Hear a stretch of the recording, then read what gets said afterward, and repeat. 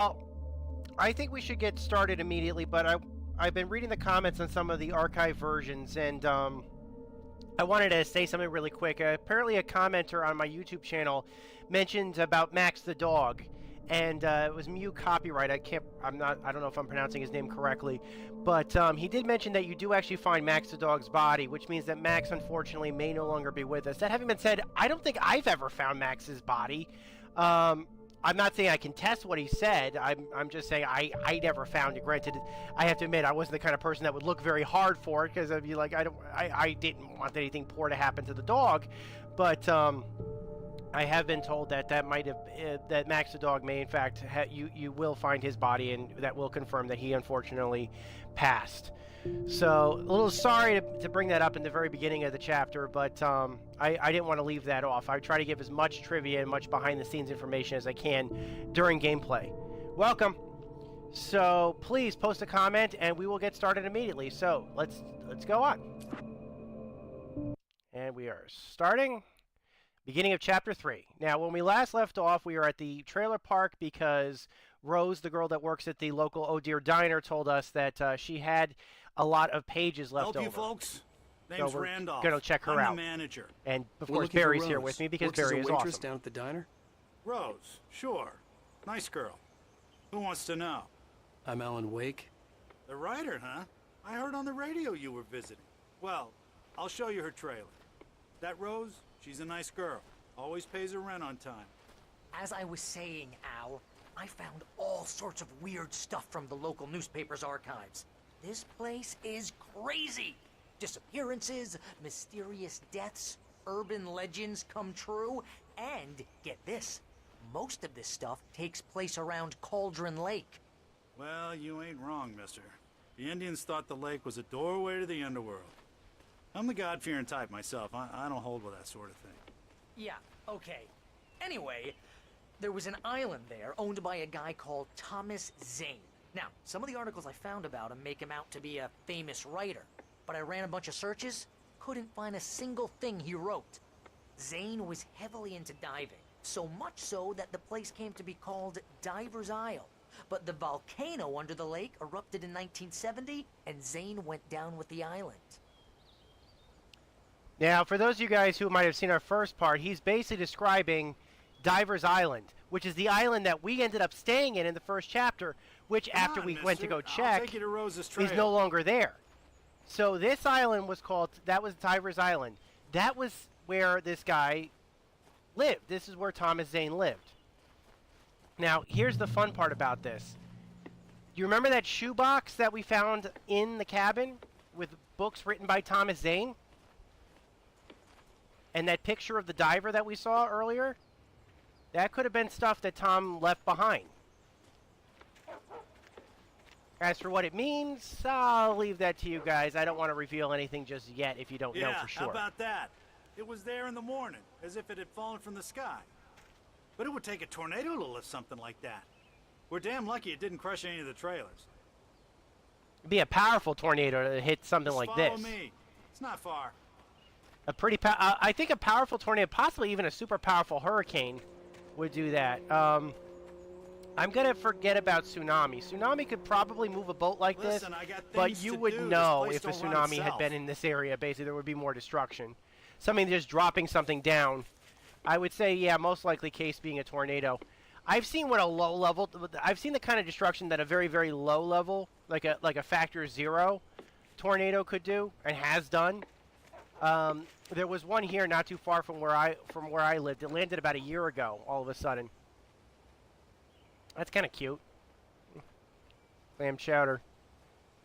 River special. Give me a chicken break, parmesan. mister. Can we just get a move on? All right, there's not really anything in here left to collect. I think there was like one point there might be a radio or something. I don't see it here just yet, but I think there's a radio in this area, and I'm certain that there's at least one coffee thermos, but we don't have to get the coffee thermos just yet. It gets better. A local girl, Barbara Jagger, drowned in Cauldron Lake just a week earlier. They were lovers. Sure, Jagger's a local spook story. The scratching hag comes for you in the dark. Childish stuff like that. Anyway, Al, I'm just getting to the best part. All of the articles about this stuff were written by Cynthia Weaver. I asked around, and she's that crazy bag lady you met. What, the lamp lady? She can be a little loopy, but she's not homeless or anything. Yeah, anyway, she knew both Jagger and Zane before they both died, and she had some kind of a breakdown. So, the lady that's been telling everybody to change their lights, the one who's constantly always holding a power light thermos, or one of those lantern, that's the word, one of those lanterns, knew both Zane and Jagger. Interesting. Interesting. Maybe she might be a fountain of more information. Birds.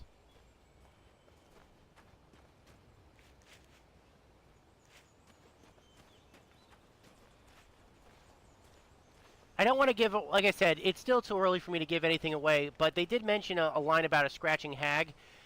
There was a talk about this thing called Baba Yaga, which I believe is a very well-known European folklore. I haven't heard it too much around where I live, because I live in the United States, Well, but I have mister, heard it's very this common here's Rose's trailer. in Europe. It's You a mind very me common asking story. What you want with her? We're just here to talk to her, pal.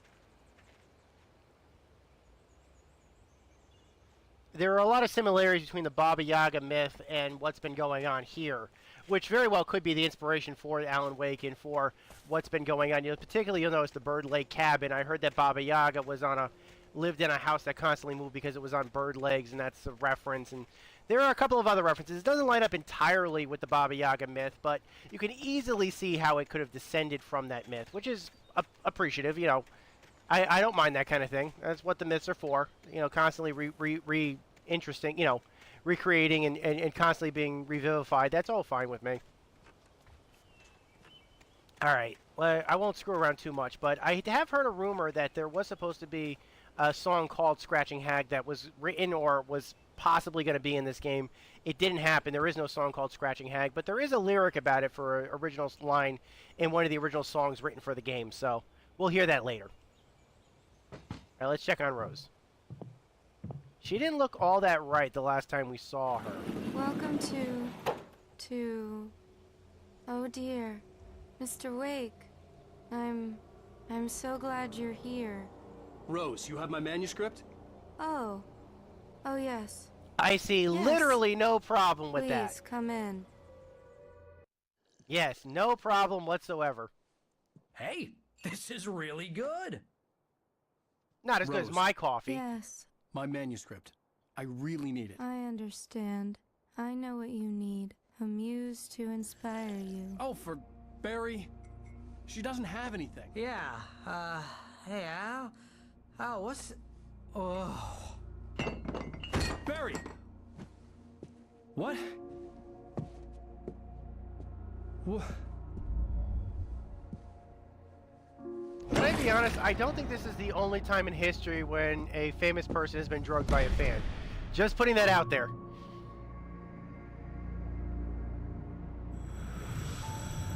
It's coming for you, hiding in my barber's skin. I'm too weak to stop it. You must turn the lights on. I promised I'd come visit you and your lovely wife. You must finish what you started. I insist. You must turn the lights on. Turn the light on. Back to work, boy.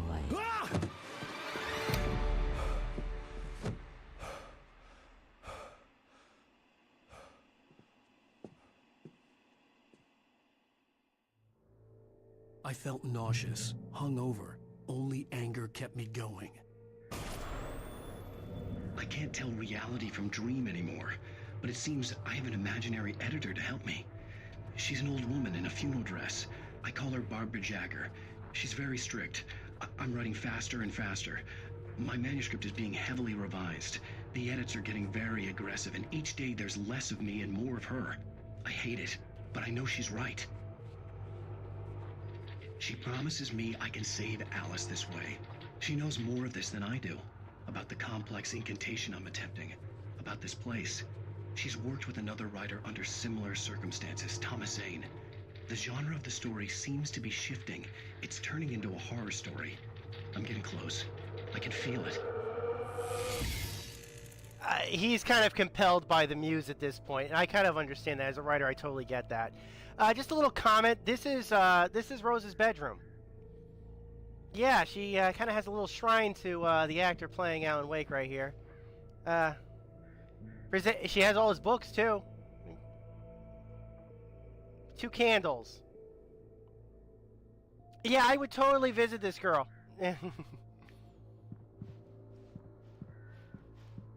Kind of reminds me of an ex-girlfriend I had. Rose took a day she for wasn't me. obsessed with me. I had less than 12 hours left to although meet the she really did kidnapper. like all I could do was Kevin get from Barry into the Backstreet car, Boys. work something out once I got on the road. Welcome to the Oh Dear Diner. What can I get you today? Coffee? I couldn't work up much hate for Rose. Something had used her to get to me and left its mark. First refill is free. Milk and sugar on the counter there. Would you like to hear today's She's all specials? sorts of messed up right here. Thank you. A nice day. Come back soon. Barry's out. Barry was out of it. He was way too heavy to carry. All right, let's get out of here. You're It's right. night again. I deserve more money. I'm so handsome. I forgot that. I don't remember that joke. Thank you so much, Barry. That just made my whole day right there. Yes, you do deserve more money, Barry. You do deserve more money. My gun and flashlight were gone. I'd have to find a way to get Barry into the car as quickly as possible. There was no time to waste.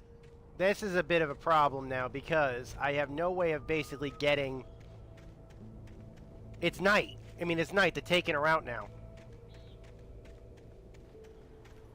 And the problem is that now that it's night... Oh, somebody left their radio. I'll let you guys listen to it. I just stepped outside to catch a breath of fresh air. Let me tell you, the weather's getting heavy. Nights like this make me especially glad I'm here talking to you and not home in bed. Sounds like Pat Maine is Once definitely the weather takes a broadcasting. turn That's like interesting. this, I can't sleep at all. It's all tangled bed sheets and dark thoughts, punctuated by the occasional plunge into nightmare. Is it just me? Well, perhaps it is. But I hope I can make the night a little bit easier to get through. Caller, you're on KBF FM. Hey, hi, it's Walt Snyder. What's on your mind, Walt?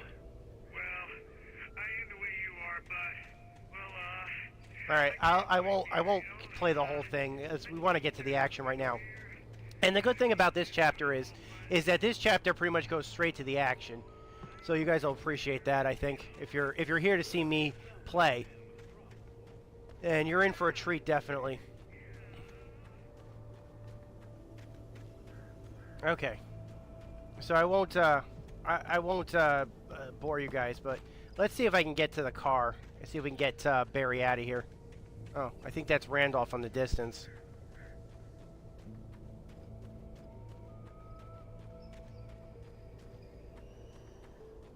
Oh, you're gonna get it now. God knows what you've done to that poor girl. This is Agent Nightingale, FBI! Get him up, Hemingway! You're under arrest! You move a muscle, I'll unload right in your goddamn face! Stay Very right nice where way you to are, train your government employees. Bullet time!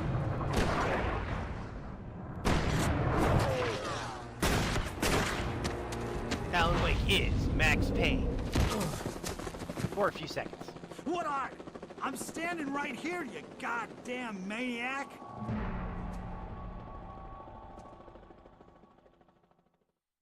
I hated to leave Barry behind, but there was no way So that I'd was miss my Agent appointment with the Nightingale. kidnapper.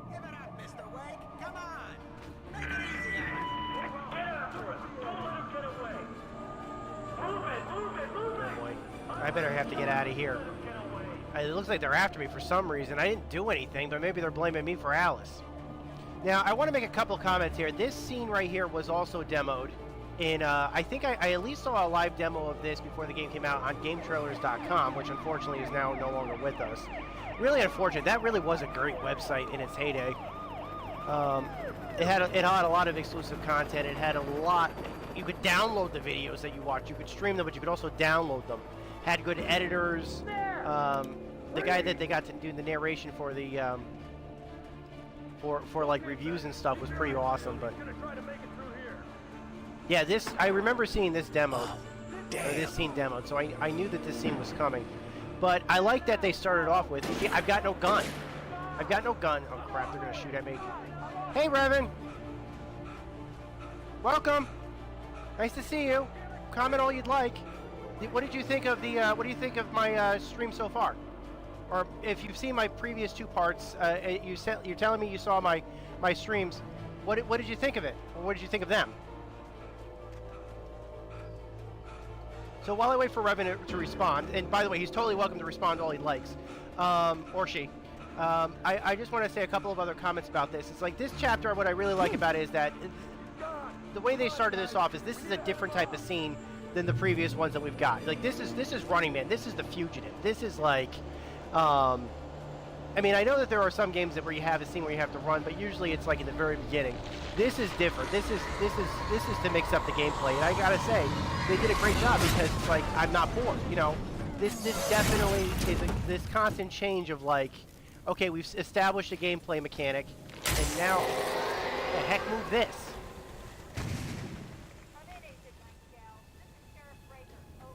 I want to play this really quick because this is important. What on earth is going on? My deputies tell me you fired at Wake and he didn't have a gun. You almost hit a civilian instead. Over. Sheriff, Wake's running. I'm giving chase. I don't have time for this. Well, make the time. You can't just go shooting at people in my town. So the sheriff didn't know about this. I'm a federal agent pursuing a fugitive. You want to discuss my methods, Sheriff? Make an appointment. Over. You stay right where you are, Agent Nightingale. I'm on my way. Out.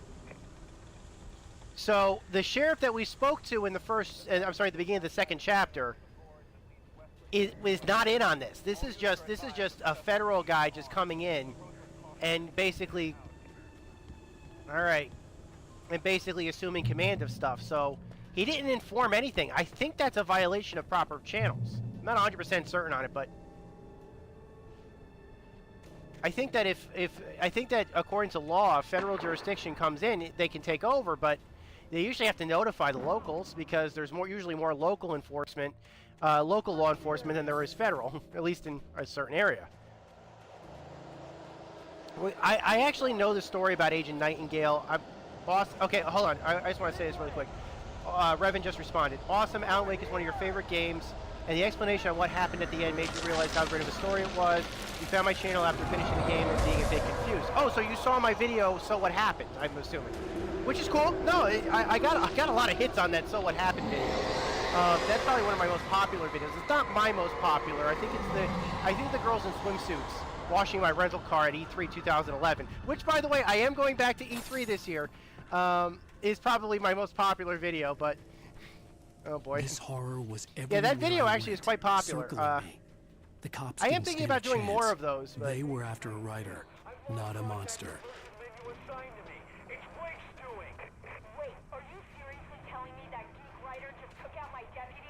Yeah, this doesn't make sense. Hey, I've tried wearing a tweed jacket before. I don't know yet, but I'm not in the habit of jumping to conclusions. That tends to come back and bite you in the ass. Out. So it looks like that the sheriff is completely against this. Obviously, I can't blame her. He's not following procedures. This guy, Agent Nightingale, is obviously not following procedures. He's firing recklessly, putting people in danger. This is not what a normal FBI, for those of you guys who are not from the United States and aren't familiar with the procedures. So something is off about him. Oh boy, I better run. You on the ground. And I know for a fact. Oh boy. There's nowhere to run. I know.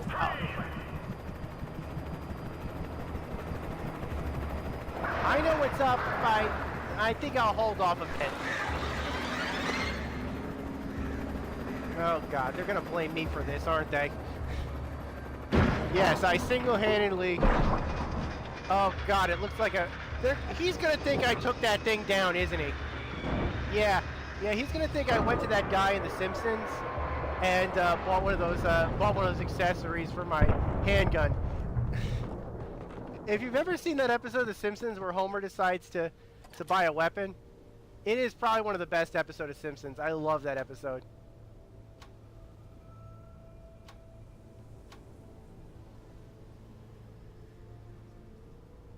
Well, it's down. Trying to figure out where it landed. I think it landed not too far from the gas station. Alright. Is there anything useful in here I could use? Flashlights, anything like that? Oh, radio. This is James. It's police radio. Come in. Over. Thornton here. James, we got both Wheeler and So, Rose. I'm kind of torn about if, yeah, okay, so... I want to play this really quick. You guys hear it? Jane, Mulligan here. Over. Go ahead, Mulligan. Over. We got Wheeler and Rose here. Wheeler's drunk or hopped up on something. Speaking of which, that Fed had a pretty distinctive whiff of Otis Scotch about him, you know what I mean. Over. I don't have anything on that, Deputy Mulligan. Over. Well, whatever. Anyway, Rose is just being plain weird here. You better get Doc in to take a look at both. Over. Gotcha. Okay. You better get them here quickly. So that's important. So it sounds like Barry and Rose at least are safe. You know, they're in police custody, yes, but they're safe at least. So I'm not too concerned about that. So there's something else important there. It's clear that this guy, that this FBI guy, is definitely intoxicated, or at least comes off as intoxicated to the police. Perhaps he could give me directions to Again, I don't know if I want to tell Nightingale's story just yet, but it's important that you guys, I kind of want to make sure you guys are familiar with just how unusual this guy is acting. I definitely don't want to deal with touching that. The darkness that was after me was trying Definitely don't want to touch that. I wouldn't get through without. Alright, let's see what we got over here. Oh, it's like a searchlight, a floodlight. There was no power to the searchlight. Of course there's not. Is there a generator around here? You know, I used to there's this club not too far from where I live, and occasionally if I have to drive in or drive past the city, basically, occasionally I'd see searchlights up. Don't know how much that costs, but I always felt it was kind of unnecessary. Alright. Let's be able to... Yep. Okay, we're good. We're good. Got it. Just as it clicked off. Alright. Well, they said to me in the last chapter to head for the radio tower. That might be where Pat Maine is broadcasting. I might be I might be able to be safer over there. So, what are you thinking of my Let's Play so far, Revan?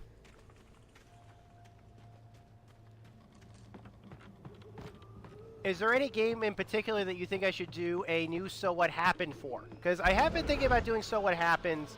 Oh boy, there's another gate. I don't want to touch this one either. Oh. Okay, I think we got a flashlight over here. Not a very good one, but it'll do. Alright. This work. Yes.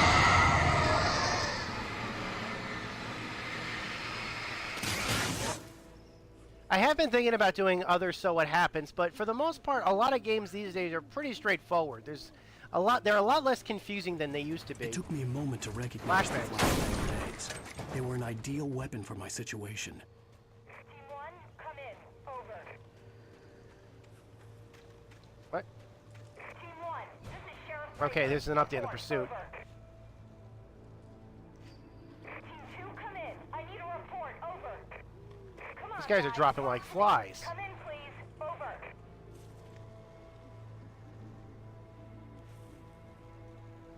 Oh, okay. Well, I have no problem with you loving the game. I'm being told by Revan that he likes the stream so far because he likes Alan Wake. I'll take it. I've got no problem with that. Are you a regular on the Remedy forums? All right, let's see what this does. Oh crap! I have to drop another one now. All right, so. Flashbangs work very similarly, at least in the game mechanics, to what do you call it? Flares in this game. The only difference is that flares will not. Oh great! Just go back this way. Hopefully I got somebody with that. This will defeat them. Or at the very least, it can be lethal. You can take out, depending upon how close you are, you can take out enemies with the flashbangs. Alright, here's a safe haven. With a radio. And here's another call. Okay, Pat Maine is still broadcasting, it looks like. Pat Maine. It's Milt Peabody, Pat. What's on your mind, Milt? Well, I live near the trailer park, Pat, and there's a big ruckus going on over there. Well, that's just up the road from me, too. What's going on? Yeah, he can hear it. It sounds like they can hear it. No, but there's a bunch of police cars there, lots of sirens, a helicopter buzzing around, and I think I heard some gunshots.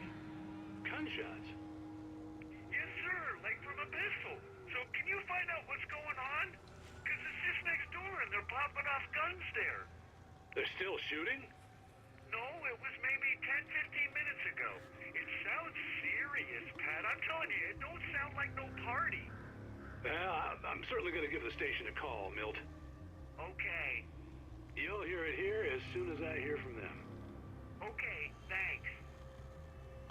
So Pat Maine, let me be honest, that's not an inappropriate thing to do. Pat Maine is basically being pretty responsible here by calling the police in this case of this report, basically. So I can't fault Pat for making that decision. He's like, I better call. That's certainly proper procedure. In case you hear gunshots, yes, call the police. Okay, so Revan does not visit the forums. Well, I bring it up because I'm actually one of the moderators on the official forums.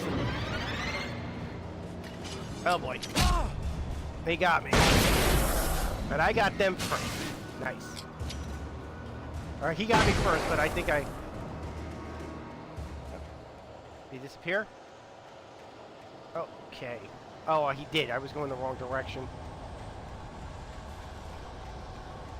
He might have phased out of existence. Sometimes they do that. If you walk off the trail or go too far away, sometimes they just kind of phase out of existence. And now he's back.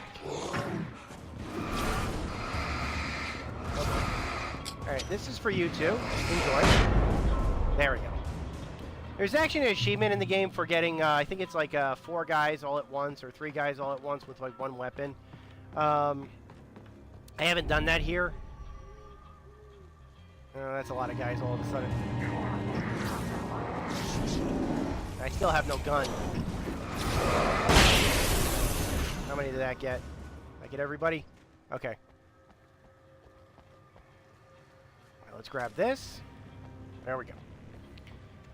So, back to what I was saying.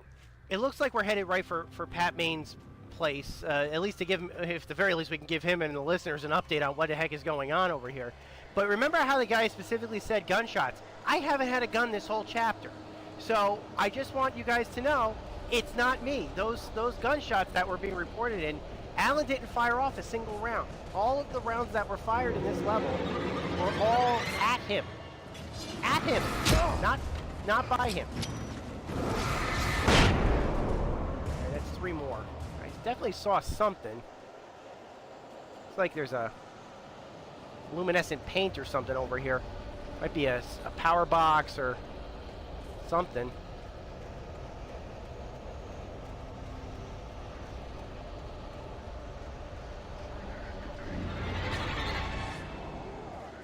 Yeah, I haven't listened to the manuscript pages for a couple of reasons, Revan. There's 2 reasons. Copyright really isn't one of them.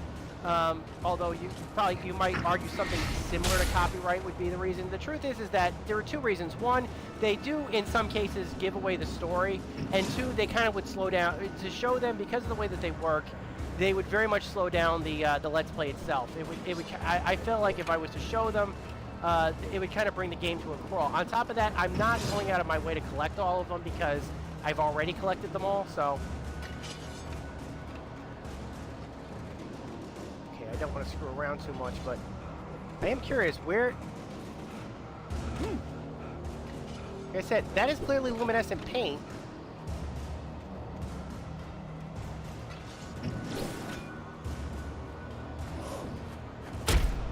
Alright, it's my last flashbang. Alright, that took him out. So, I checked that out. Where is it over here maybe?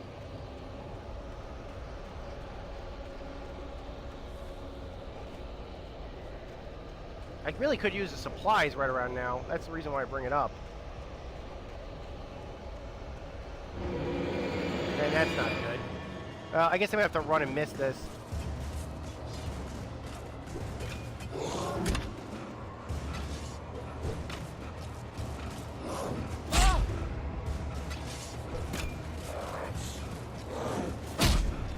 This is bad.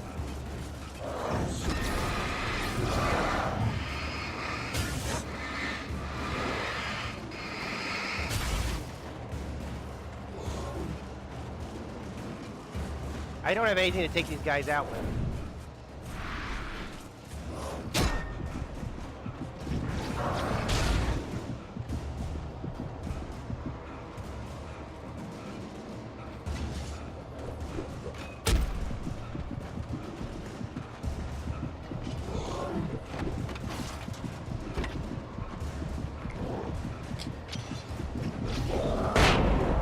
That got him. Oh, that was a close one, guys. Well, no more updates right now. That looks like the radio station over here.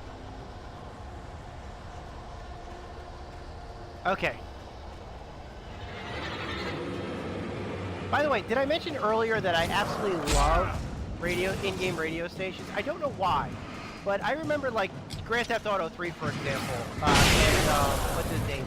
Laszlo in Grand Theft Auto 3. I remember when I was when I got my first car with a working CD player. What I used to do is I used to, at least on the PC version, which basically just uses WAV files for their.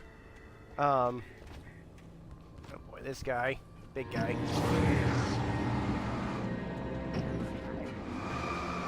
Yeah, the PC version of like Grand Theft Auto 3 simply used WAV files for all the radio stations, and it's not difficult to just take a WAV file and just rip it to a CD, or burn it to a CD, I should say. And I remember one thing I absolutely loved doing was taking the files and basically just playing the Laszlo radio show in my car. Could lend me a car to because I used to, at that time, this was about a decade ago, there were no good stations at the time. We had one good station in my area, and it changed focus, and it became basically unlistenable. And because of that, there really was no. It was like there was no good radio stations at the time. So like for at least 2 or 3 years, all my music listening was all on CD. And I had this friend at the time who got, I guess, irritated or something, and they were like, "Don't you ever listen to the radio?" And I said, "No, it's just commercials. There's no good radio frequencies here anymore." And so what I did was, and this wasn't the only game I did this for, Vampire Masquerade and Prey, the original Prey, not the remake of Prey, but the original Prey actually had radio stations, and I used to actually rip those to CD and listen to them in my car as if they were real. Totally messed up with my friends. My friends were always confused about, what are you listening to? They'd think I was listening to some real radio show or something. I mean, nowadays you don't have to do that. You can just load the files into like a MP3 player or something, and it's no big deal. But so it looks like Pat is not the only person that performs here on this radio station, but he's the only one we'll hear from here. First off, I want to comment that this is an awesome looking place. Of course, they got to put their guy, Pat Main, on the front. So what do you say we get to talk to him, shall we?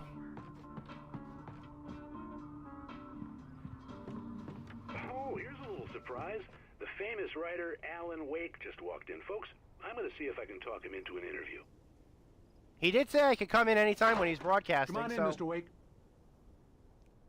A little Easter egg here for you guys. It looks like Mr. Wake is going to need a moment before we can talk, so let me give you a little background while he prepares himself. You've all heard the name, of course. Alan Wake is the author of a very successful series of Alex Casey crime novels. He's changed gears, though. He's now working on a horror story. How did he know that? Now, you probably know that Mr. Wake is a somewhat controversial figure. He had a few ugly encounters with the paparazzi in recent years, although Speaking for myself, it's hard to blame him for that. Yeah. How did he know that I'm working on a horror story? Time to do this, Mr. Wake. I haven't seen him since the ferry. Nowhere to run now, Dan Brown. You back away from me. Don't hurt. Whoa. Everyone calm down. Put the gun down. We're all friends here, right? Cool your jets, Nightingale. We got him. Judas Priest! What the hell's the matter with you? There's a civilian in there.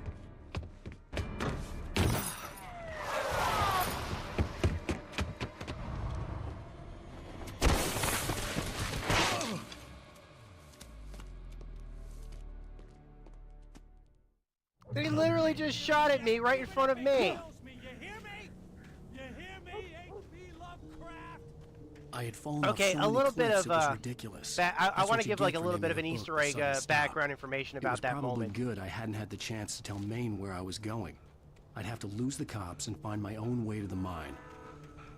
I think freaking Maine didn't get shot. He could have easily gotten shot. Also, how did the police know where Alan was so quickly? Okay, never knew about this part. Okay, the reason why the police knew where Alan was, at least at the time in the, what do you call it? At least for the, was because the driver, I'm sorry, not the driver, the owner of the, what do you call it, station? I can't remember its name. Let's get this started. I will answer that question in just a second, Revan. I just want to get this turned on. Get a little safer. There we go. Now I have a gun. Yes. The power of the bullets. Alright, where'd you guys go?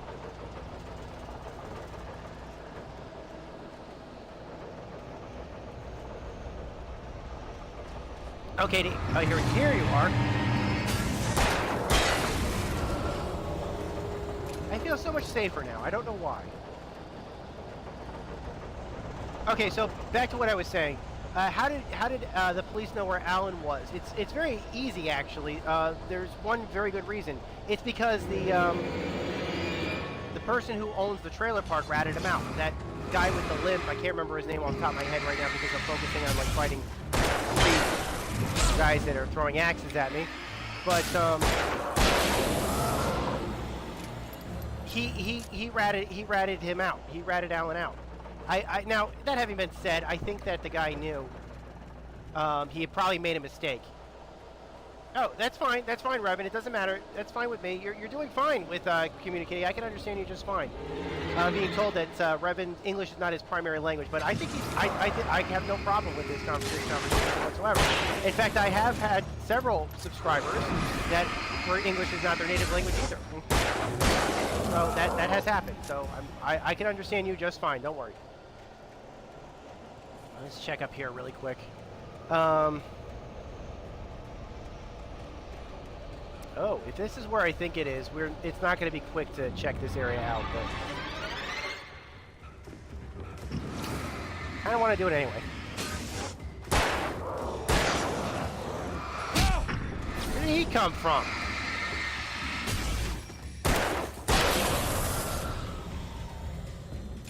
So now I only got 4 bullets left. That's just great. Hopefully there's some ammo or something up here.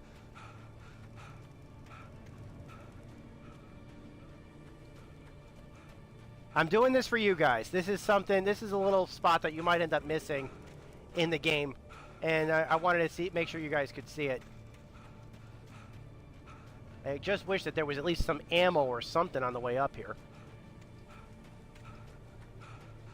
But back to what I was saying, after that, they basically just followed the mayhem. And also, obviously, anybody who might have been listening to the radio station could have heard that Pat Maine did mention Alan Wake was here. So it's possible that somebody could have been listening to the radio and like, oh, he made it to the radio station. He's talking with Pat. Get over there. So, I mean, if I could walk this far, it's easily understandable that the police could have gotten that far. Or could have followed the trail, essentially. There's the radio tower.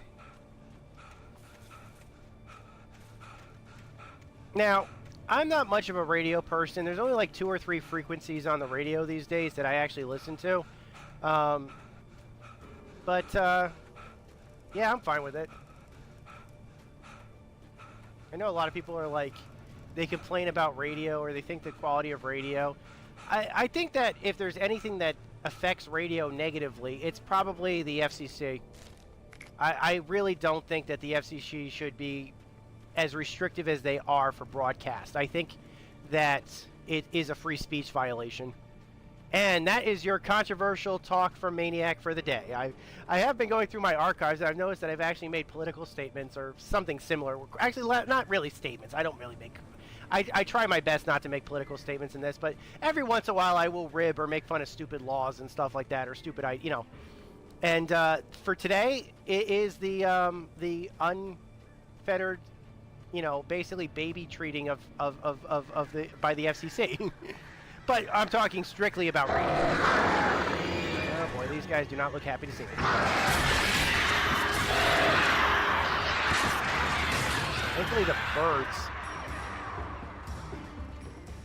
Thankfully the birds can be taken out with the flashlight, because I really don't want to waste bullets going after them. So yeah, I think they're also, under normal circumstances, there's a, what's the word I'm looking for? I think that there was a coffee thermos up there too, or a can pyramid or something, but that wasn't visible. So, I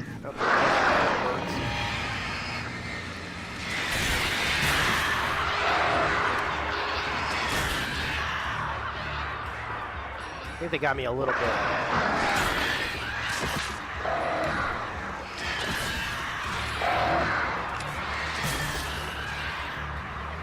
Did I really have to drop a flare?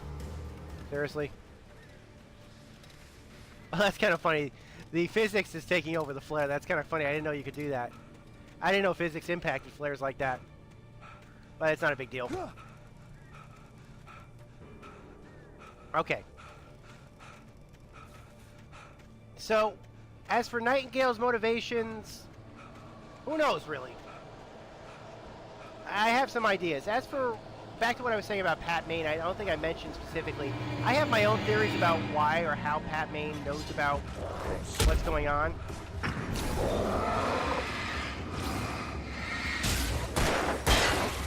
think I have just enough bullets to take these guys out. Yeah, I do. And there's no more bullets in this area. I am completely out of ammo, with the exception of... I got no more flashbangs. There got was one no flare sensible left. reason for the power company work lights to be here. It was almost as if they'd been left for someone like me to use. Something here, definitely. Items, I mean, useful items. In light, you can hurt them. Well, thank you.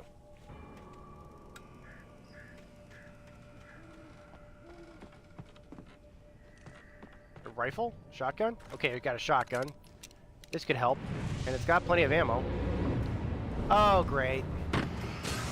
Let's go into the line of fire right now.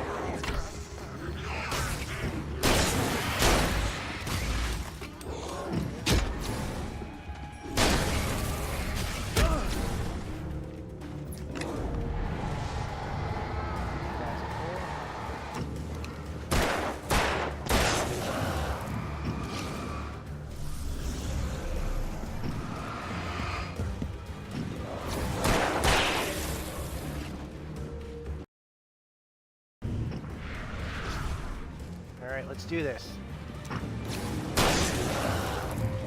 Two big guys, that's not good.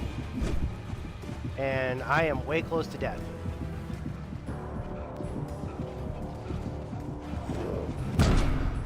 And I am dead. Sorry about that, guys. That, I think, is the first death I've had in this game, actually.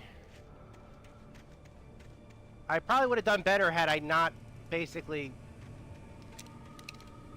had nothing literal, no bullets, no weapons, nothing like that, but I guess that's on me. So back to what I was saying before Maine showed up, or before we basically, like, how did Maine know I was writing a horror story? I have theories about that, some of which I probably could share with you guys, but I'll wait for this firefight to be over before I share.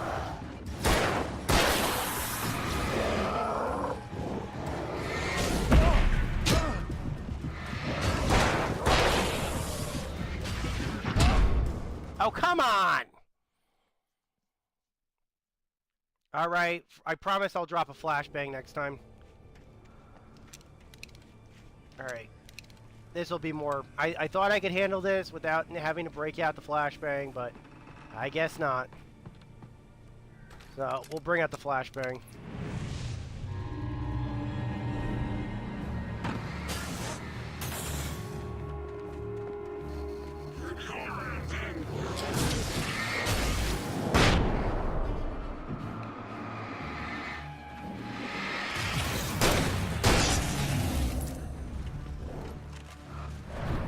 Oh boy.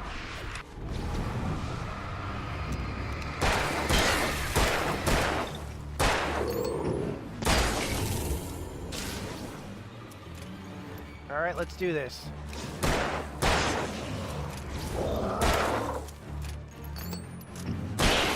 Okay, that should be everybody, at least from that spawn point.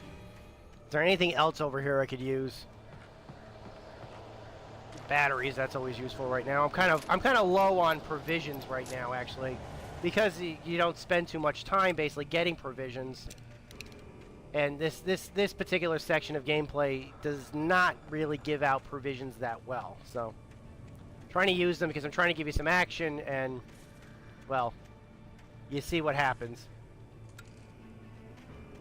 Okay, so back to what I was saying about my theories about Pat Maine. Well, I have a really good theory about Pat Maine, about why he thinks that I'm writing a horror story. Obviously, I haven't talked to him since the ferry, and I don't think Alan talked to him during his missing week. However, one thing I do think happened is it's possible that Maine could have found some of the pages. Like I said, these pages are not figments of Alan's imagination. And, I mean, Revan, you can have your own theories about it. How do you think Maine could have known? But that's my theory. I think my theory is that he might have found manuscript pages lying around. There were reports, especially in the Alan Wake files, of there being pages, canonical pages, that Alan did not find, that were later found by other people and then collected into the book, the Alan Wake Files book,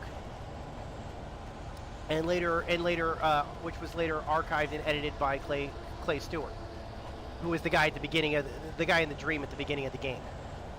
So I think that what we're talking about here, at least, is there are manuscript pages, or there could have been manuscript pages that even Alan didn't find, but there was enough there that Alan's plan could still work. So where are you from, Revan?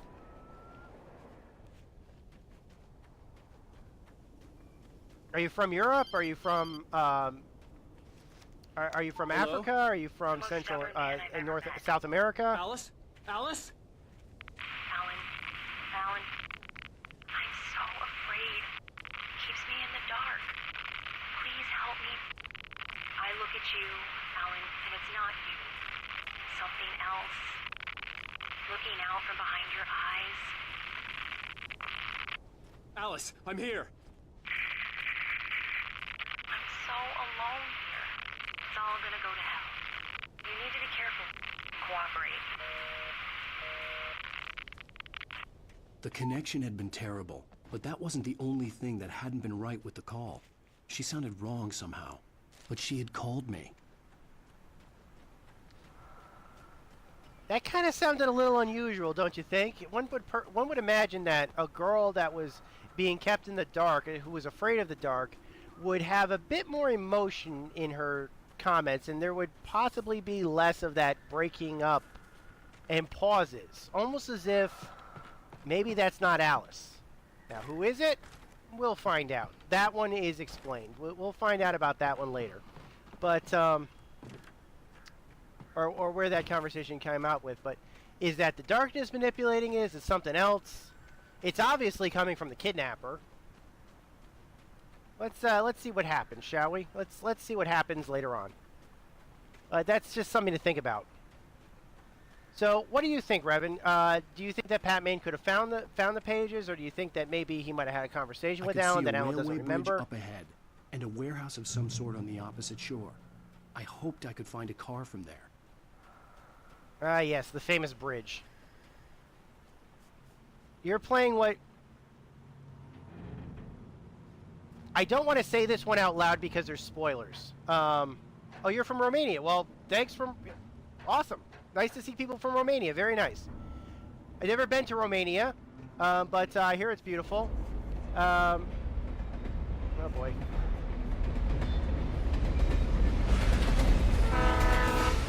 I kind of want to say, I want to say a bit of what your theory is, because I think that it's okay to say this.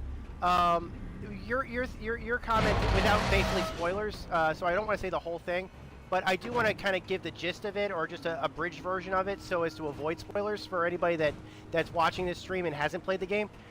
Essentially, what Revan's theory is, or something, if I can just abridge it a bit. Their theory is that possibly Alan could have notified people in the community during the missing week, or given them a bit of a heads up.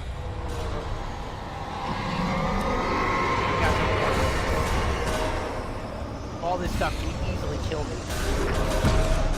Yeah, that's what I'm worried about.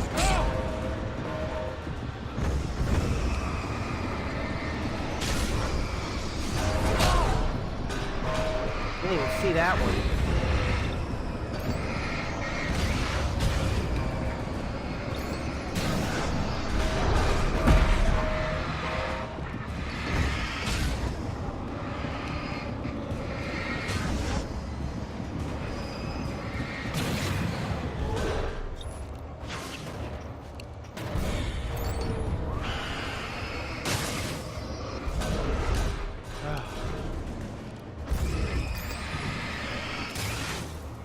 That physics system, let me tell you, this bridge is just, this is a tough spot. I mean, if you don't have any flares or flashbangs in that section, let me tell you, those things do a lot of damage to you. Oh boy, I'm still hurt. Thank you for taking a really good swipe at me. All right, here's the water tower up here. Alright, so I've got bullets, I've got enough, I think I've got enough flashlight power right now. I'm at about half health. We've got some tension going on here. As a teenager, just starting to get interested in writing, Stephen King had been a source of inspiration to me. I thought about all the inanimate objects that had come to life in his books. No one is safe in a good horror story, certainly not the protagonist. That's what makes them fun. This was anything but. The darkness could possess anything, and it was getting closer. Sweet. Okay, I got a flashlight and I got a better flashlight and some batteries. Now, as for this particular flashlight, I don't remember if the beam is stronger on this one. It might be. I think it is. But I think the key here is some shotgun ammo. That's more useful. Is that the power lasts longer on it.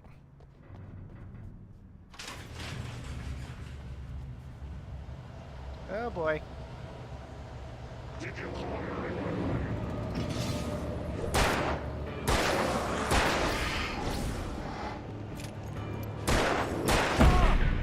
Oh, come on.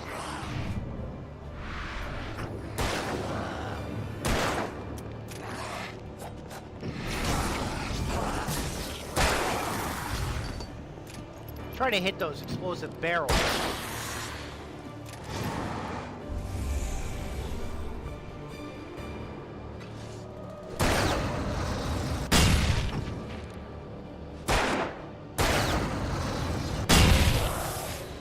These things pack a punch. They're considered environmental kills, so it does... Okay, that did kill him and hurt him at least. That took him out. Okay, there we go. What do we got? Revolver ammo. And we got a flare.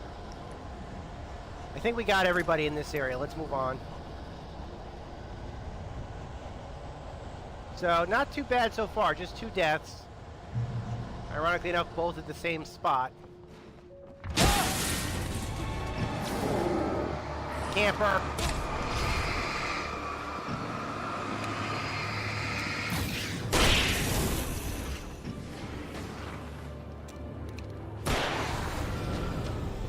Is that everybody? I think so. Okay.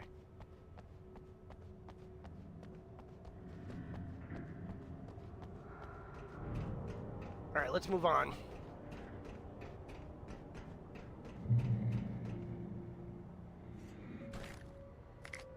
Alright, let's collect some items. See what's on the TV. We take the facts of our existence for granted. Okay, I don't want to bore you guys with watching some Night Springs. There are more references to Night Springs in the obviously for the Night Springs. I'm sorry. There were a couple more references to Night Springs. Obviously, it plays more of an important. It plays. Okay, this one's gross. This one is gross. Journalist Alvin Derlis. Yeah, if this is the one I think it is, yeah, this one's pretty gross. I won't make you guys watch it. But there was a can pyramid over here that you can knock down. It's not visible, but I think if I remember correctly, it should be there. Find a vehicle. All right, so this is. Oh, I didn't even see this before. I didn't even know this was here. Oh, that's useful. Can I get that? Oh boy.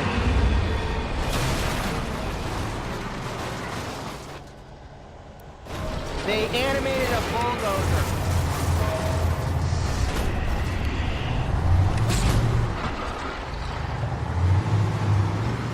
This is what happens when Caterpillar goes too far. By anybody who's watched, and that's what happens when you shake hands with danger, boys. Ding, ding, ding, ding. People who really like the public domain or riff tracks will get that joke. So come on, shake hands with danger sometime. Yeah. That was for you, riff tracks. Ding ding ding ding.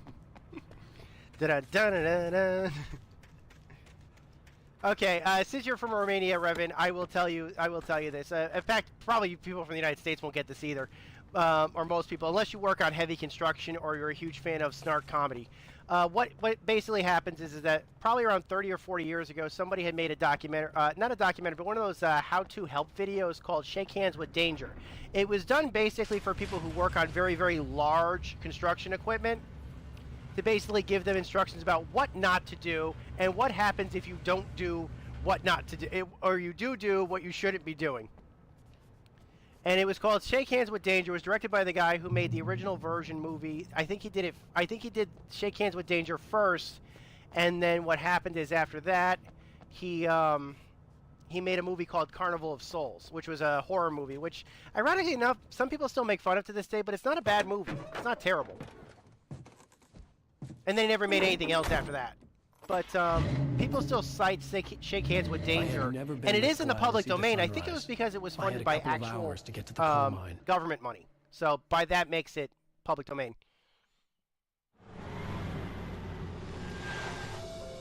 Well, we got out of there. The coal mine wasn't far now.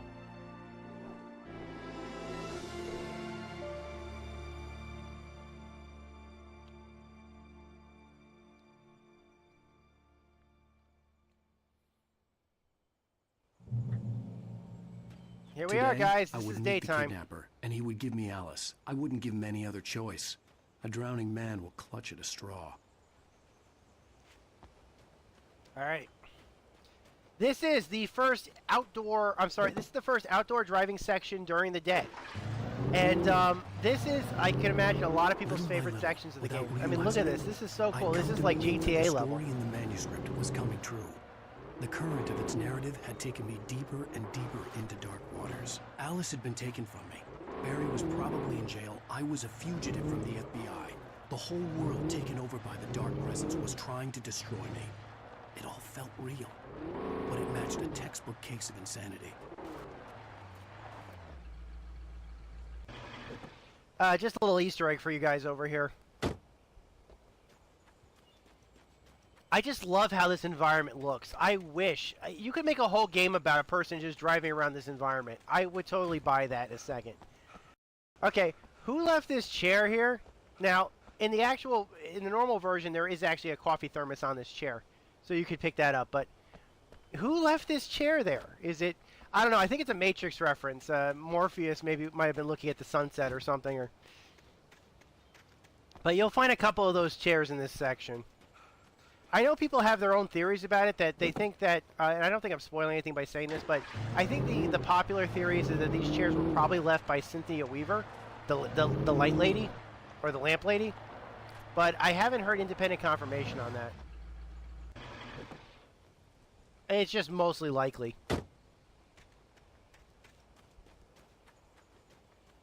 Another moment you didn't know about. Well, we're trying to give you as much information. There's a reason why I wanted to do this Let's Play. It wasn't just to play the game because I love it. I also wanted to celebrate this game and share a lot. I know a lot about this game, obviously. I mean, I didn't work on it personally. I am a moderator on the official forums, but I didn't work on this game personally. I just happened to do a lot of reading and watch a lot of interviews, so I know quite a bit. Oh, let's see if Pat's even broadcasting right now. Pat Main, and you're listening to KBF-FM. Folks, I want to apologize for kind of abandoning you to that looping music track last night, but I was detained. You see, I encountered a big-shot G-man with an itchy trigger finger who could use a lesson in manners and a boot in the ass. Not necessarily in that order either. Now, folks, I know I'm not being very informative here, and I apologize for that. I really should just keep quiet, but I'm just so peeved right now, because some people just shouldn't be carrying badges. I'm just glad that our Sheriff Breaker was there to straighten things out. And if someone I met last night is listening, let me just say, I'm sorry if my mouth got you in trouble. I'm pretty sure you're not the bad guy here.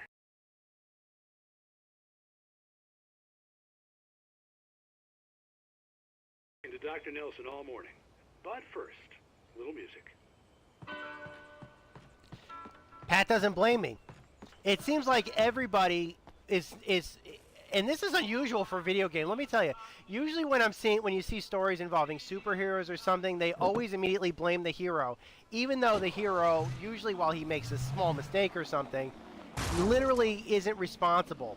It's refreshing as heck to see a case where you've got NPCs that are definitely smart enough to know, oh yeah, we know it wasn't you.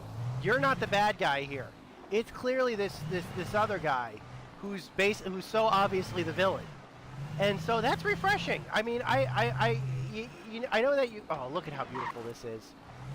Can anybody tell me where I could find a place like this to just drive around?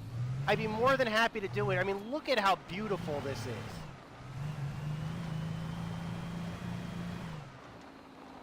Is there a real-world analog to this kind of road? Because I would very happily drive it. In the United States, do I have to drive out, do I have to go to the Pacific Northwest and rent a car?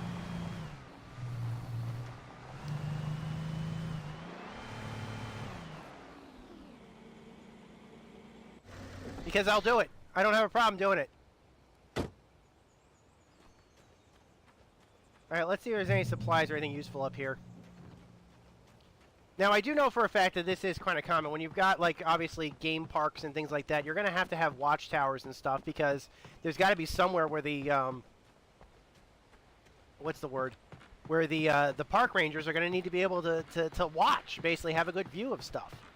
And this was before, you had those, super high-resolution cameras and stuff, so this is where a person would be staying usually. Welcome back to KBF-FM. Hope you enjoyed that tune. All right, so it looks like Doc is back. Talking about life and finding that special someone, that soulmate. All right, this isn't super important. I don't need to. I'll let you guys play the game to listen to this one. To me, that's strange because. But yeah, he has a nice, pleasant conversation with the Doc. The Doc, you might remember, was that fisherman who viewed us. It was very nice. Obviously, I like the Doc too. So pretty much, I like every guy. I like every character in this game. And I just want you guys to know this. If you guys paid close attention to the game, like Remedy's games, like take Max Payne for example, right? All the characters in the first two Max Payne games, and I'm going to spoil stuff here right now, but all the secondary characters by Max Payne 2, by the end of Max Payne 2, they're all dead. With one exception, which is maybe she's dead, maybe she's not dead.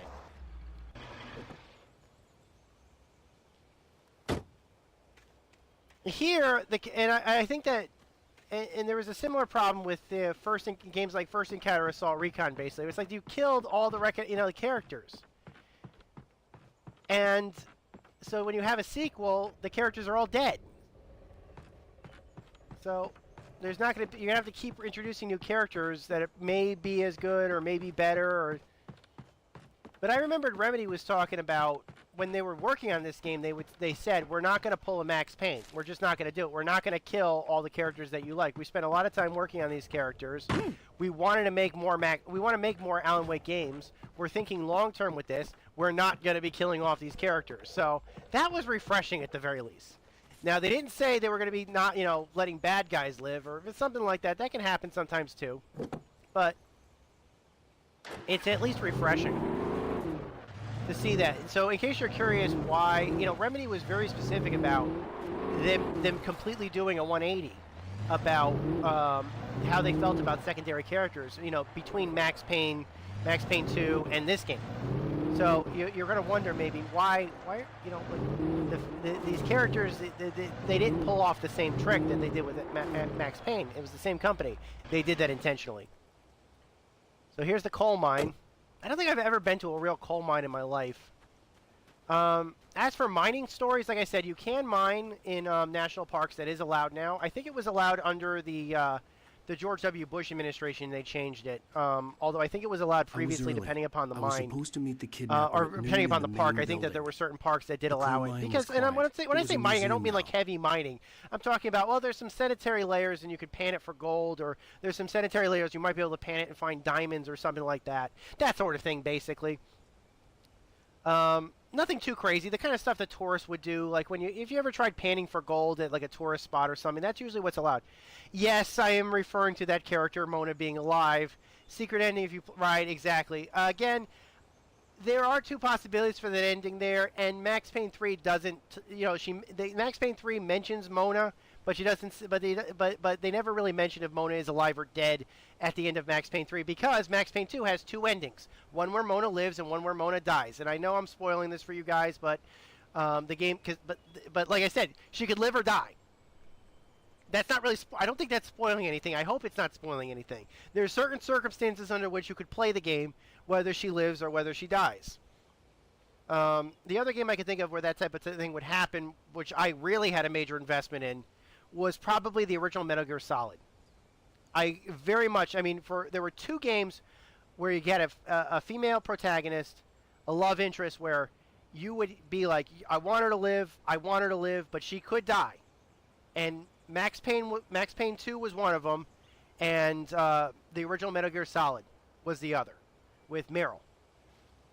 That really affected me growing up, because I remembered I wanted that stealth camo, but I couldn't bear to watch that ending. Even though, looking back on it as an adult, and I know I'm having spoilers for the original Metal Gear Solid, a game that was released in 1998 and 1999, depending upon which region you lived in. Yeah, I think that the ending where it's Otacon going off in this, I think that the ending with Otacon was better. I know, I should be heard. I like Otacon. Maybe it's because I liked Otacon better than Meryl, but I didn't want to see Meryl die, that sort of thing. And also, they made a lot of jokes. Like, I was really into reading 2001, A Space Odyssey, and the rest of there were actually more 2001 books. If you're a fan of 2001, the movie or the book, there's at least 3 other books that were written by Arthur C. Clarke.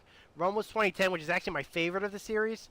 The other is 2061, I think, and 3001. And sorry about that. And yeah, there's a 2001 reference. At least, Hal and Dave, we should make a trip to Jupiter or something. I got a kick out of that. But I am rambling right now, and I'm not talking about Alan Wake, but it's okay. There are a lot of signs here to check out in this area. If you do read them all, because you have to read them all in order to get an achievement, but these do count towards the reading all signs achievement, so keep your eyes open for some of these signs, because if you miss them, then you can't get the achievement at the end, or for getting all of them. Oh, manuscript page. Like I said, I'm not going to get every collectible in the game. Rockstar pretty much only took bits and pieces from the... I'm sorry, Revan, I'm just reading your post right now. Pretty much took bits and pieces from the old games and did something else. I honestly don't consider Max Payne 3 canon. This is Revan's opinion. I like the game, but I see it as more filler since it wasn't made by Remedy. And that is, I mean, I'm accepting of all opinions on Max Payne 3. I'll be honest with you. I've played it. I remember previewing it. I remember playing it. I remember having, it wasn't as bad. I remember thinking this is going to be a train wreck. But I remember picking it up day one based upon the previews that I saw from New York Comic Con 2011 and thinking it wasn't as bad as I thought it was going to be. So maybe it was because my expectations were so low. I don't know. That's my opinion about Max Payne 3. That having been said, I mean, I've replayed Max Payne and Max Payne 2 so many times. I don't think I've ever replayed Max Payne. I don't think Max Payne 3. I don't think I've ever replayed it. I played it once and that was it. I didn't want to go outside.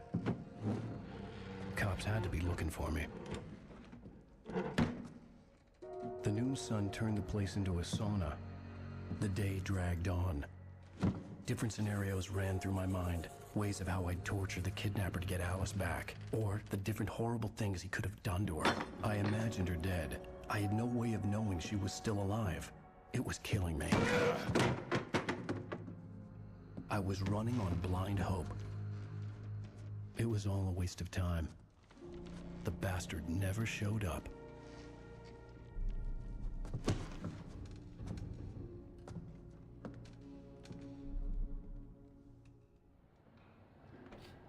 I hate to say it, but this is a common tactic. Where the hell are you? Change of plans. You know where Mirror Peak is?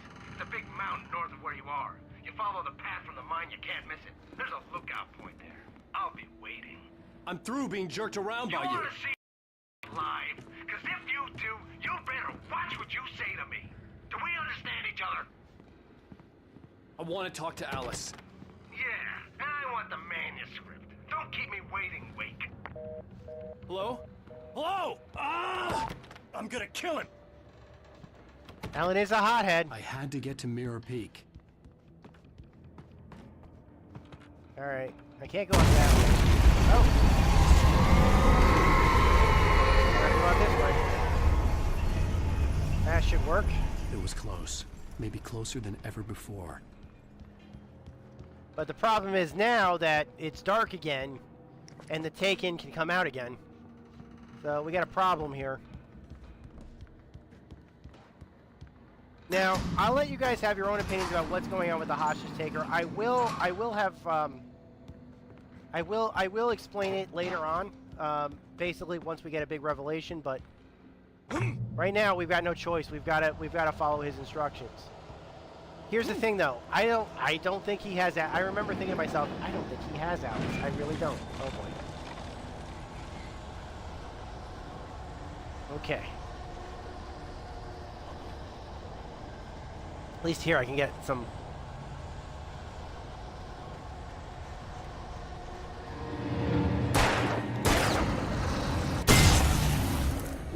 Oh, crap.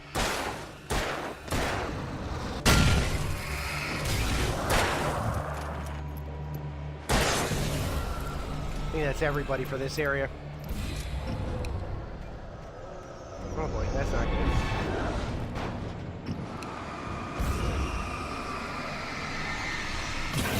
Got it. Oh boy, now there's more. Is there anything left? Please tell me there isn't anything left. Okay. But I was just thinking to myself at this point, this is just too convenient. This is just too normal. It's like I think that was my feelings about it. Having her just simply kidnapped is just, this is what made me, now I'm a skeptic. I'm like Alan basically, because I'm usually very skeptical by design. And all I was thinking of is like with all this supernatural crazy stuff happening, having a guy simply kidnap Alice with all this crazy during all this craziness just comes off to me as too normal. Just too normal. It didn't fit. Oh boy, there's something very angry in there. What do you say we take care of that very angry thing, shall we?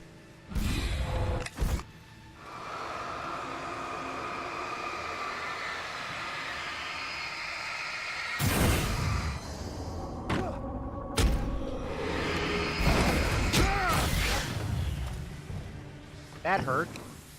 I think I got it. Alright. I mean, I have to admit to myself, and I know that there are going to be a lot of people, while we're in this bit of stretch, I guess I could give my idea. You kind of inspired me to talk about, well, Remedy's not working on Max Payne, didn't work on Max Payne 3. I kind of had, every time Remedy makes a game,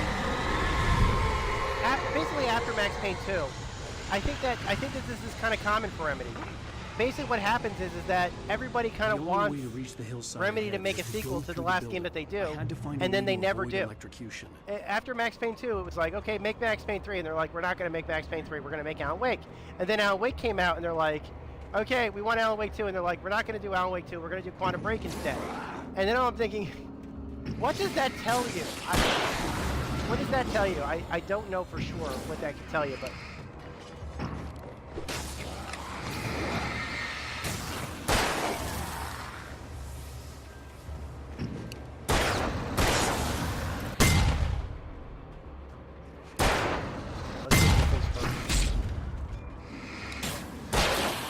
Now, I know that, especially after I did my Let's Play of Quantum Break, which you can check on my YouTube channel for the archives if you want to watch it if you missed it.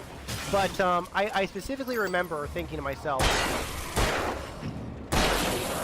wow, it would be nice to see another Quantum Break game.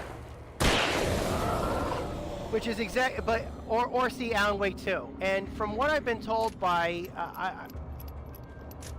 yeah, exactly. I said I would be fine with Quantum Break 2.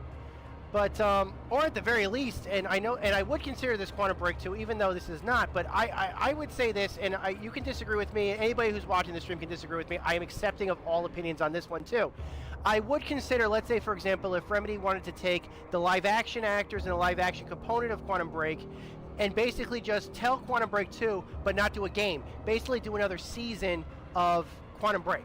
Basically just do another season. And release it as like a live-action television series on like Netflix or Xbox Live Marketplace or something. That would be fantastic. I would be fine with just that alone. Or at the very least, do a season until we can, and then do Quantum Break 2 later. I'd be fine with that. I think the people that worked on Quantum Break, I've tweeted them and I've talked to, I've tweeted these people. They all seem like very nice actors. I'm sure they'd all be fine with if you ask them to do another season or to come back and do a live action series or come back and do an expansion of live action series. I think they'd all be fine with it. It would cost a couple of dollars, and I know that unfortunately, and this I think is the problem with that, Microsoft completely was planning on doing what was essentially going to be, and I know that they were talking about this, so this is not revealing anything or trade secrets or anything like that, but if you guys remember back in 2013 when the Xbox One was first released, or was first announced I should say, not even when it was first released, but when it was first announced, Microsoft had series after series after series planned that they were planning on releasing. They were ready to compete with Netflix. They had a Halo series that was going to be produced by Steven Spielberg, which was going to focus on the Master Chief. From Bonnie Ross, I think, was the person that confirmed it, and even Spielberg himself was there, but it was based on a video feed or something like that of him. Okay. Is there a car over here? I thought I remember there being a car over here or something. But and like people who might have liked the Atari Game Over documentary, which I actually did like. I did like the Atari Game Over documentary. There were supposed to be more documentaries. I would have liked to have seen it personally. I would have liked to have seen a documentary about Dungeons and Dragons or a documentary about Magic the Gathering or something. That would have been beyond awesome. But basically what happened is that during the, I think it was during the funding of, or during the editing process of the very first episode of, basically during the filming process, Microsoft pulled the plug on it. Just pulled the plug.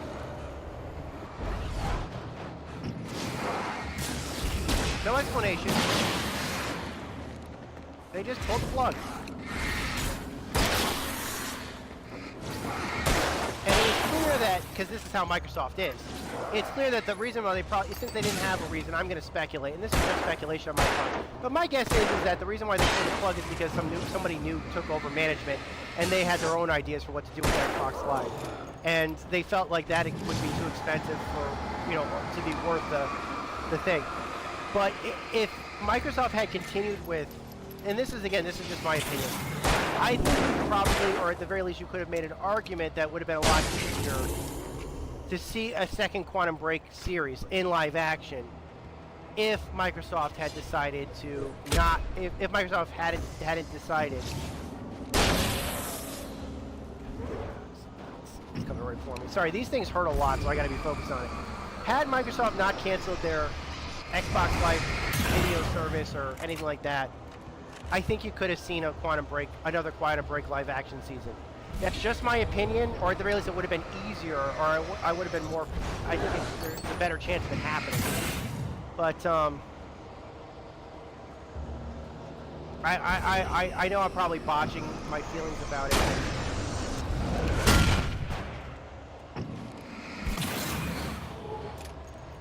Is that everything? I think I got everybody.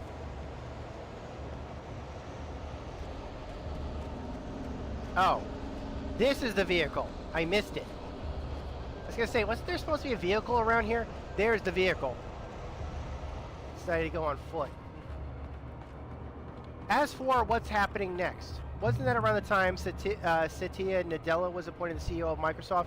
I couldn't tell you that one. That one I don't know. I'm not really familiar right now with the super hierarchs of Microsoft ever since Bill Gates, and I know Steve Ballmer's gone now too. I kind of, right now I'm only really familiar with who's involved in the games division specifically. I'm not 100% familiar with who's in charge from the executive from the executive positions for non-gaming divisions at Microsoft. I just couldn't, I can't answer those questions. I don't know.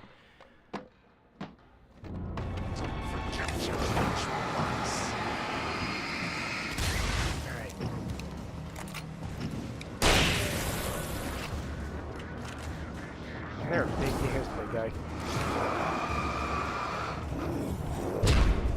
I hope I was able to get a coherent enough. Was I coherent enough with my thoughts, Brevin? I know I was kind of playing and thinking at the same time, and it's a kind of a complicated. I had a bit of a complicated thought, but you understand where I'm coming from, right? If I botched it or if I was unclear, I'm really sorry about that. I didn't mean to be unclear. I'm just trying to play and trying to get in. Like I said, it's a complicated thought because I have lots of reasons why I think that way. Particularly the, but my reasoning is that I would have been more than happy to see Microsoft continue with that live action series on Xbox Live.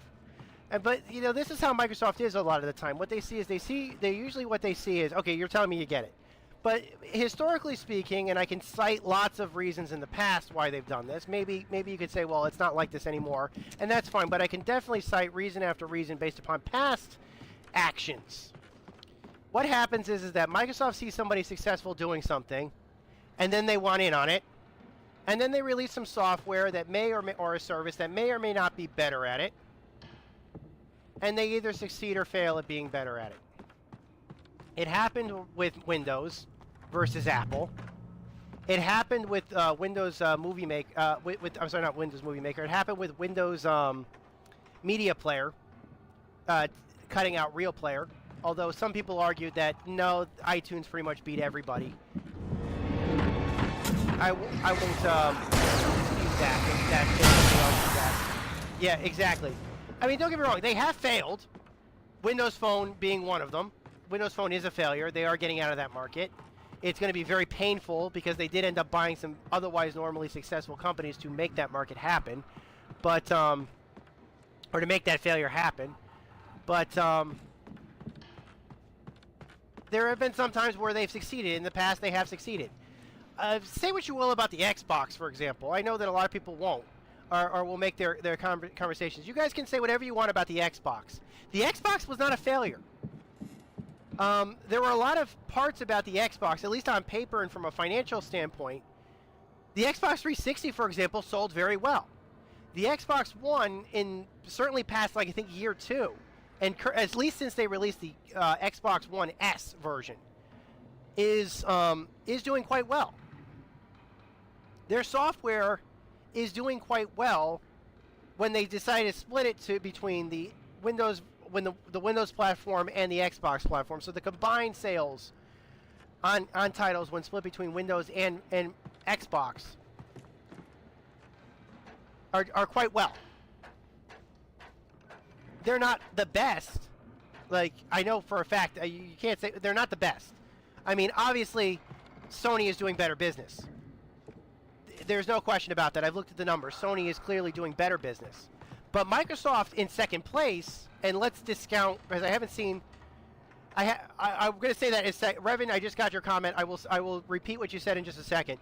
Here's another one of those chairs, by the way, Revan. Unfortunately, no one can be told what the Matrix is. You have to see it for yourself. Welcome, Neo, to the desert of the real. Okay.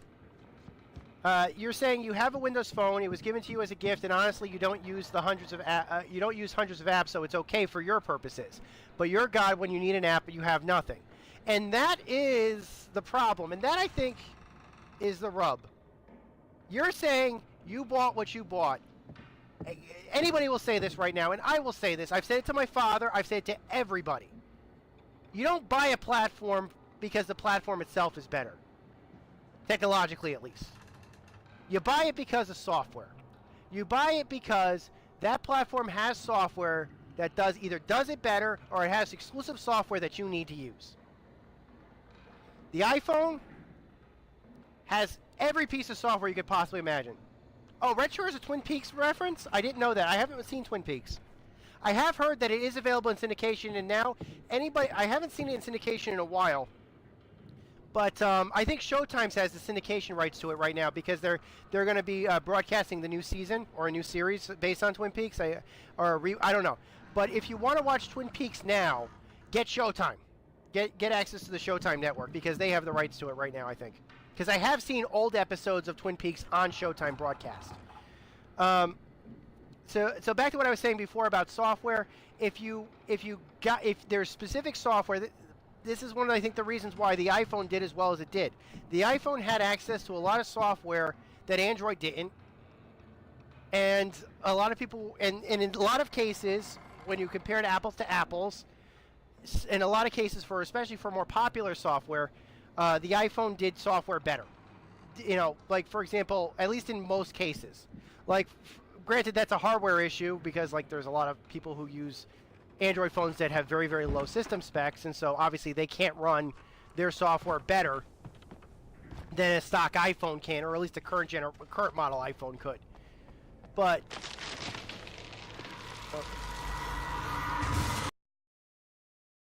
well, that's not good.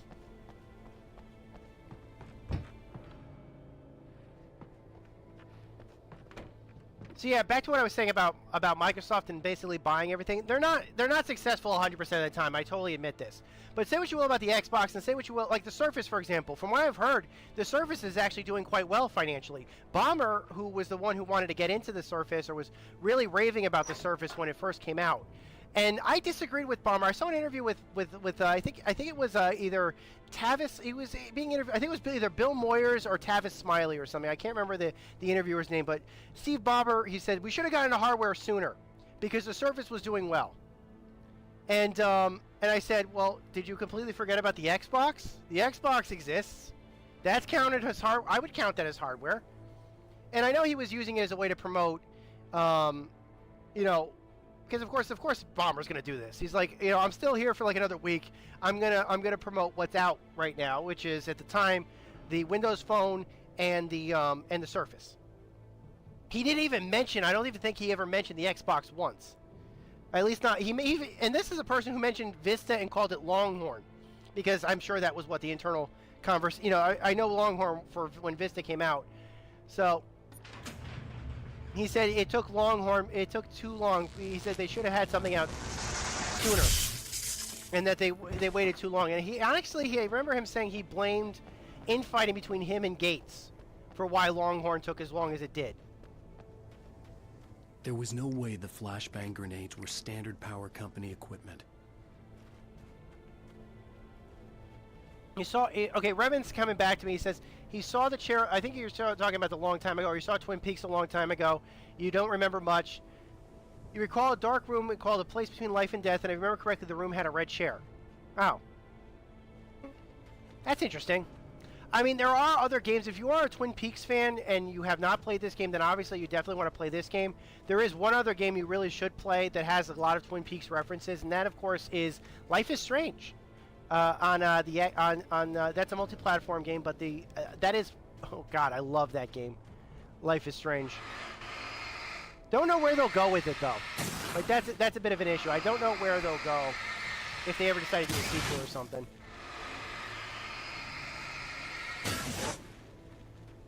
But there are a couple of Twin Peaks references in.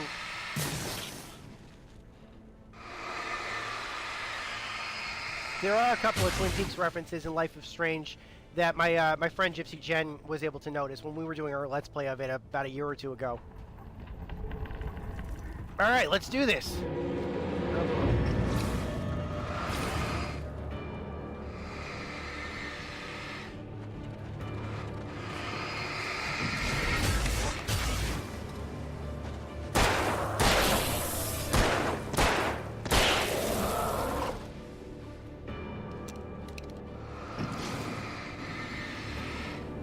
Oh, you're saying Life is Strange. You're saying that you don't think it's going to have a sequel. I don't. I think they could do a sequel. I don't think they may not. I think they could certainly do it if they wanted to.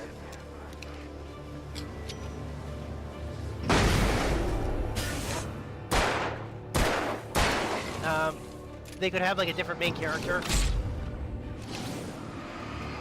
Or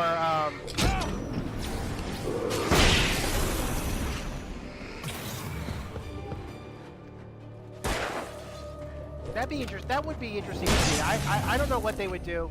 I would still play. I would play it if they did a sequel. Don't know what they would do with it though. I was kind of thinking maybe have a new protagonist with similar abilities. That's everybody, I think. I think that's everybody. How would that continue? Which ending would they pick? Well, maybe they won't reference it. They may not do. They may not do like. They may not end up referencing, or if they do, the references will be vague enough that.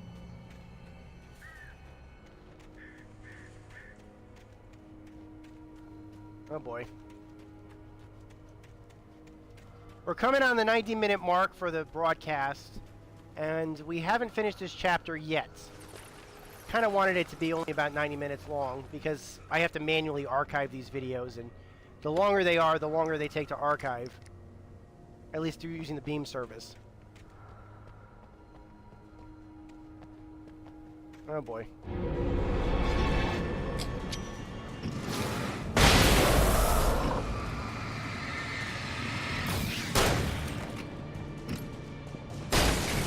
Okay, I think we got it.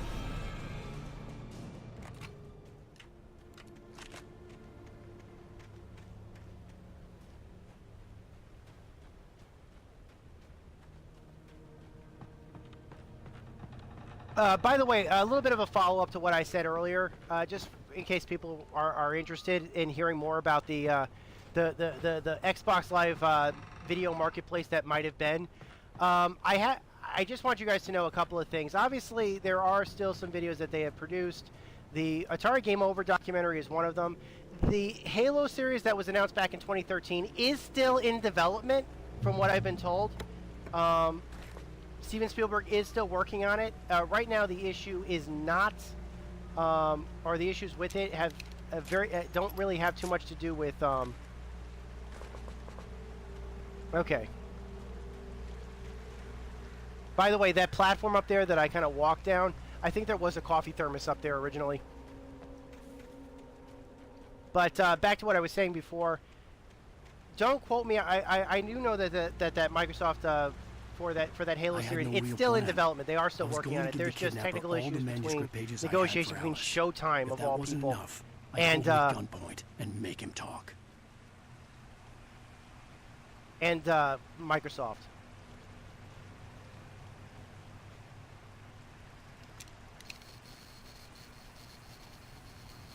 Holding down B.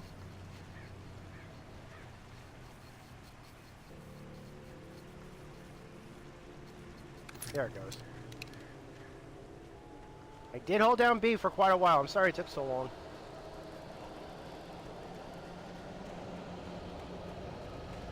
Oh yeah, I forgot. This is one big circle around this gate, this gaping hole, or something. I don't know what you call it, but...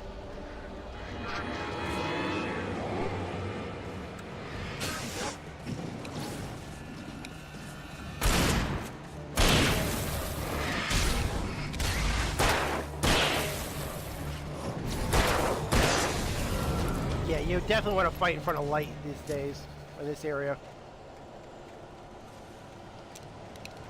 Okay, let's move on.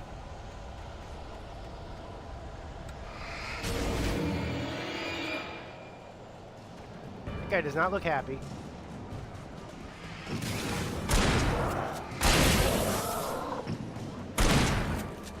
Alright, I'm gonna go back to pistol, because these guys aren't that difficult. This pump-action shotgun isn't doing much to them from this range. Okay, we got something over here. There might be supplies in here.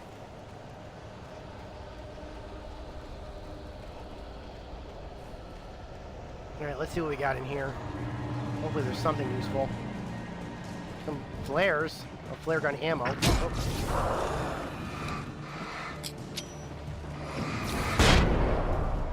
Okay. You mess with the bull, you get the horn, boys.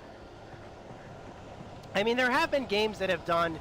back to what you were saying earlier, Revan. You were talking about... oh, what's the word? You were basically saying it's like, how do you know... Oh! These guys are just... I'm so used to the notification. Where's the notification that these guys are going to jump me?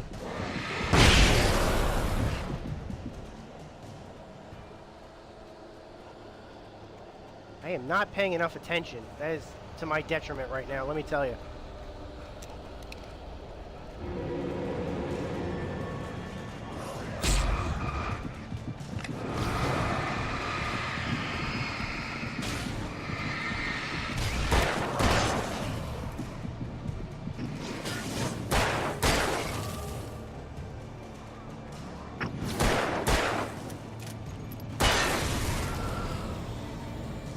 Okay.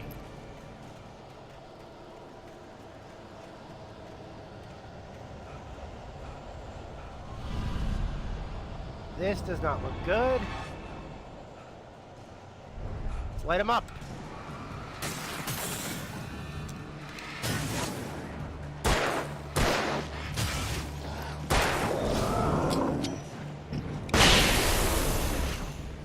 That did it.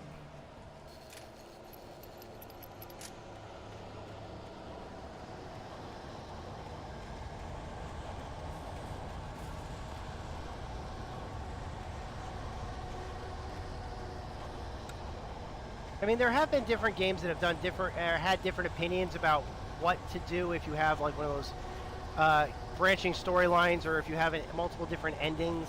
Quantum Break had their own idea. Basically, it was like you can branch the storyline as whatever you want, but you're going to get the same ending no matter what. And I know a lot of people were very much against that. I am not. I just want to make that clear. I was completely for, or I was fine with, Remedy's decision to not change the endings, or at the very least have the ending be the same no matter what. Because that makes it easier for them if they were to make a Quantum Break 2, to make a Quantum Break 2. Other developments, I'm sure most of you guys are probably going to cite KOTOR, which I think was the first game to do this, which when they did KOTOR 2, because KOTOR had multiple different endings with a lot of different possibilities, KOTOR 2 did twofold. One, they basically allowed the player to say in the same direction I was going. What they felt, or basically answer. They asked the player, like, how did you finish the last game? And they tied into that. Particularly, was Revan a man or a woman? Is this reference to you, Revan? So I'm sure you played KOTOR. Were you a man or a woman? Were you light side or dark side, basically? They left that up to the player to answer at the very beginning of the game. And they kind of wove into the story, so came off as less exposition and more just conversation. And then I've seen other games which basically are like, we'll just make it vague. Or like for example with Max Payne 3, which we talked about earlier, which had a possibility of Mona Sachs living or dying, they made it vague that Mona Sachs, you know, they just simply mentioned her, but they didn't say if she lived or died.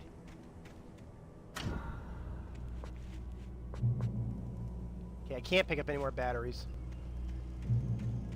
Well, that's cool.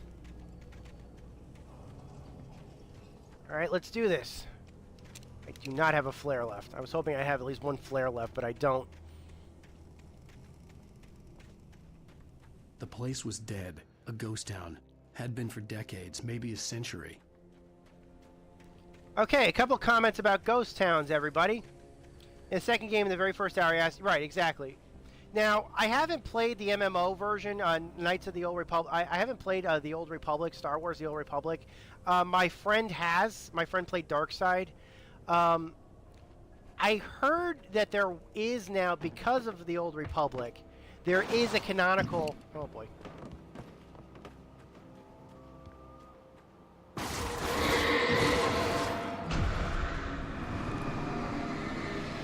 And basically, your decision in the previous game be damned. We're gonna have a canonical appearance, and we're gonna have a canonical,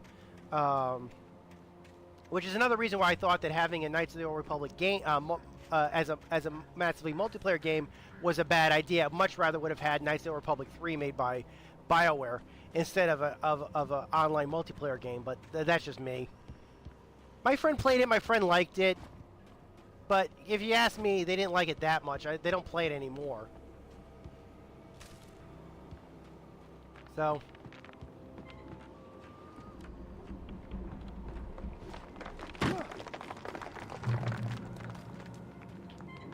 For those of you guys who are fans of ghost towns, or the appearance of, like, if you want to actually visit one for yourself, there are plenty of ghost towns, like real-life ghost towns, that you can actually visit amongst the Southwest or in the Southwest. If you prefer something a little bit more theme park kitsch, Knott's Berry Farm has a really nice ghost town. That's a theme park out in California. I can't remember if it's in Anaheim or close to Anaheim. But I heard that they were actually doing, they did an expansion, or they did kind of like they upped their game for like their anniversary, for the Knott's Berry Farm anniversary. I think the park has been open for like 75 years at this point. And so they actually had like an expansion of the ghost town, or they brought in actors and stuff to do it. You haven't played the Old Republic. Okay, so Revan's telling me he hasn't played the Old Republic because they rewrote a lot of things that exactly. And you don't like. I'm with you. I totally understand. I'm the exact same way. I am the exact same way. Totally with you. I totally understand that. I mean, for me, the reason why I don't play. Again, I'm against games as a service. I don't like paying for like monthly subscription fees and things like that. I just don't. I don't like paying monthly subscription fees, especially for a game that, well, as soon as it's over, I can't play that game anymore, you know, and everything I've accomplished in it is gone. So let's say, for example, I had a monthly subscription fee, and these subscription fees aren't cheap. I mean, I think I've heard some subscription fees be as high as like $14 or $15 a month. That isn't cheap.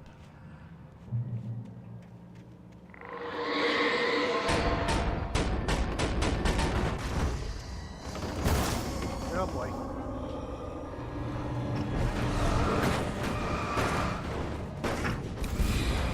You know, that much money to play one game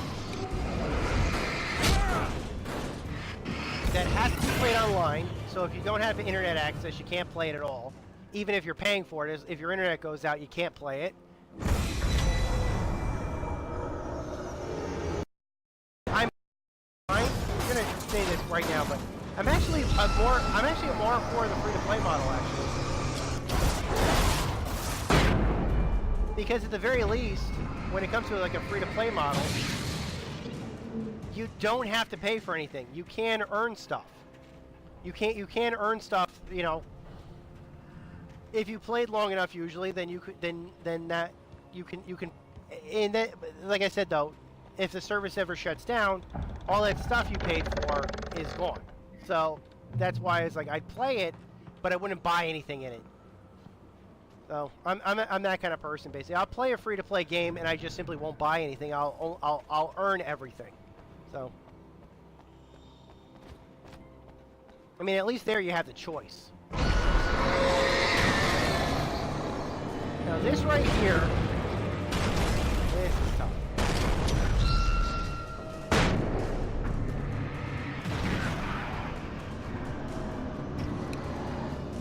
This fight right here, the train.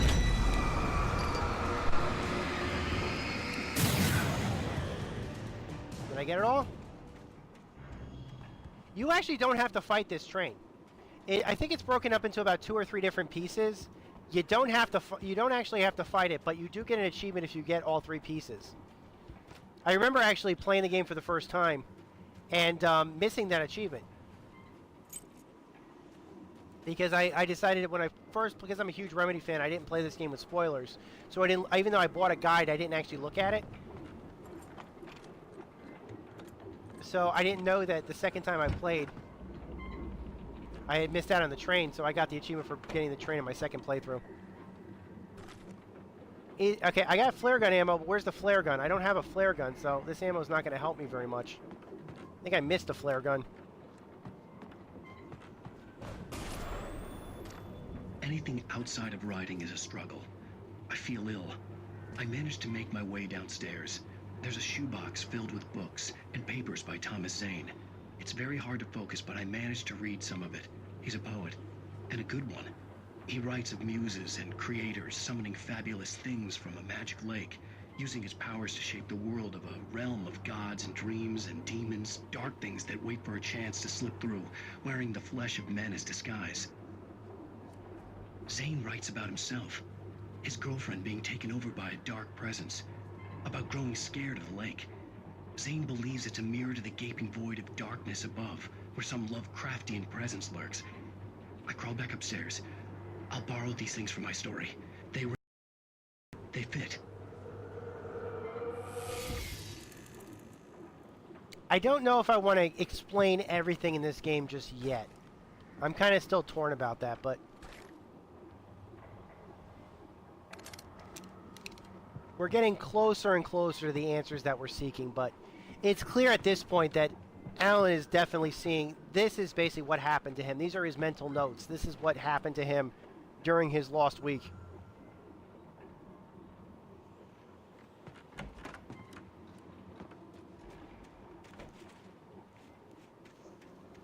Okay.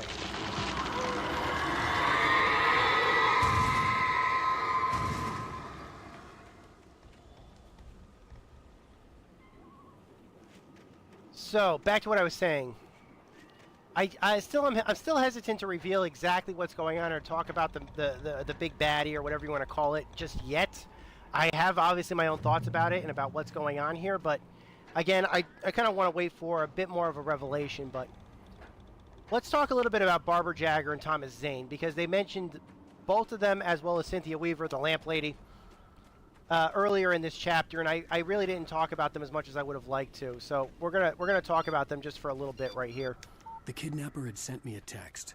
The message was full of spelling errors and insults. It was telling me to hurry up. Oh, so it's almost as if someone full of spelling errors, and I'm sure everybody knows a person that can't spell or that refuses to spell properly. Okay, I'm being told wait for the ending of episode 5. I may be able to do the end of episode 4, but we'll see. We'll see what happens. But so let's talk a little bit about Thomas Zane and Barbara Jagger. Obviously, it was clear that the island where we found the island where we were staying at the very beginning of the game was Thomas Zane's place. What was it doing there? We were told it sunk a while ago. Volcanic activity, and yes, volcanic activity can do that.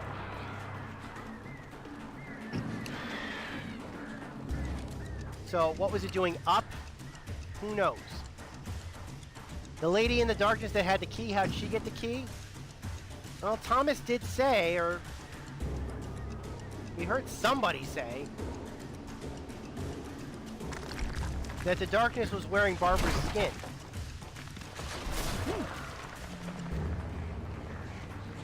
Almost like that lady. Hold on 2 seconds, guys.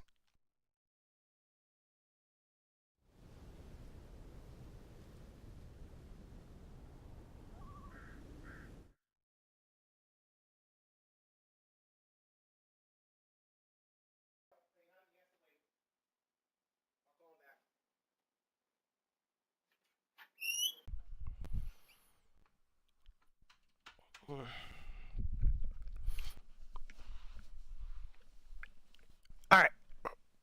Back. Am I back? Can you hear me still? Sorry about that. I did not mean to die there, but that's kind of like a big platforming problem. Birds. There are more birds, right? Can you still hear me, Revan? I didn't lose connection with the... Okay, good.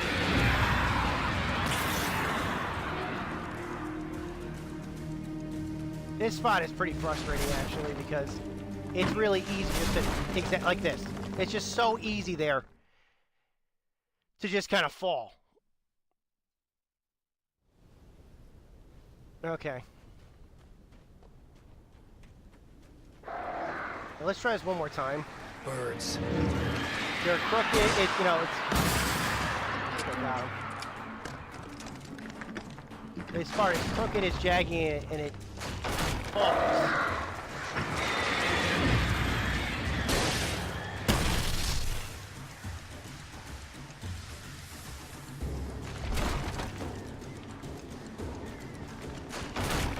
See, it's so easy just to lose your bearings and just fall here. Alright, we made it.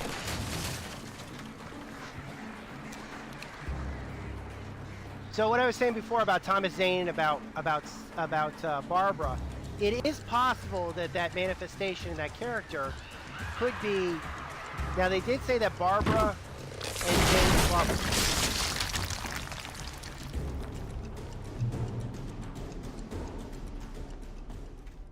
We're in the silver mine now. Now, I remember seeing some information from earlier where they were talking about the mining history they're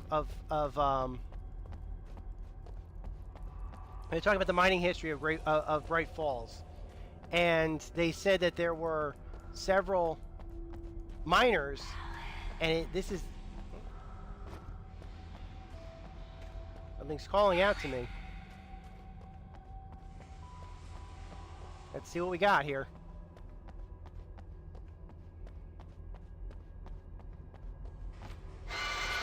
Without warning, the headache stabbed at my brain.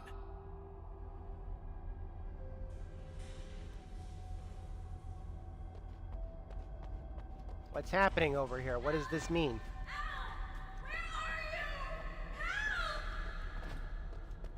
Alice? Alice?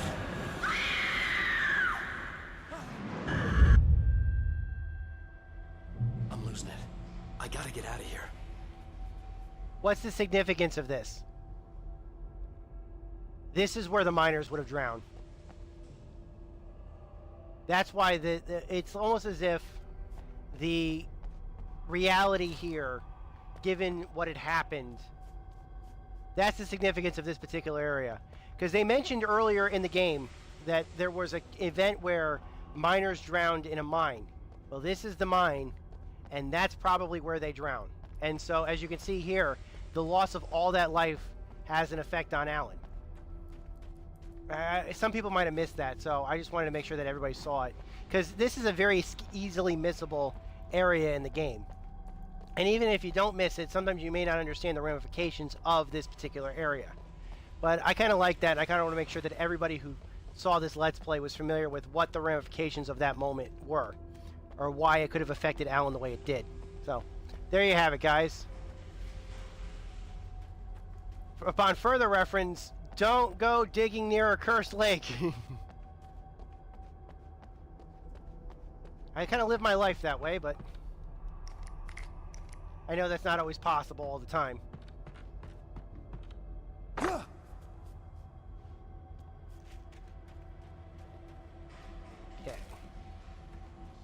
Looks like there's some light that way. There's nothing over here.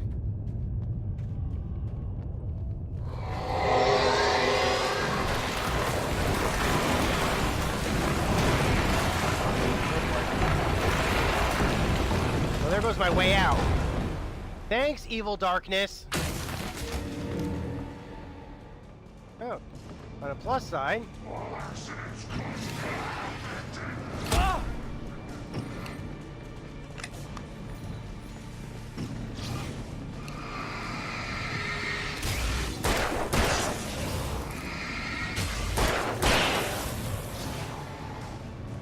One other guy here. And I can't hurt this guy like this. Got him.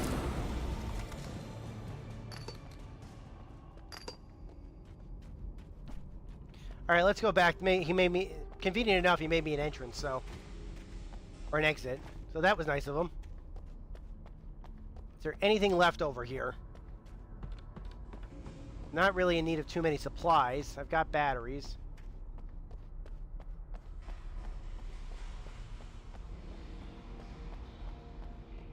Now, I cannot stress this enough. When you're dealing with volcanic activity and things like this, there are natural reasons as to why things would happen. There are reasons why, like let's say for example, an island in the middle of a volcanic caldera could sink. There are legitimate reasons why... I'd have to make my way up this mine shaft in order to go on. Maybe the machinery could help me with that. People working in a mine like this could get flooded like this if, let's say, this is just, when you're dealing with volcanic activity, the earth is messed up. I mean, there's no question about that. It's dangerous. Plenty of natural things can happen. And it's well, some people would say, well, it is unpredictable or it is predictable. It's not entirely predictable or unpredictable. So...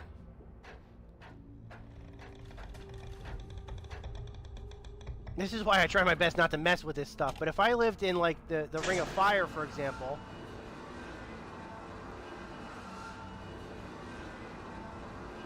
You know, like Hawaii or something like that, which has to deal with... I mean, let's be honest, the Ring of Fire covers more than just volcanic activity.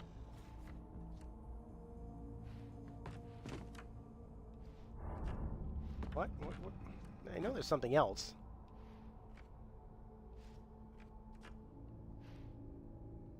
Let me check this again. Hold on.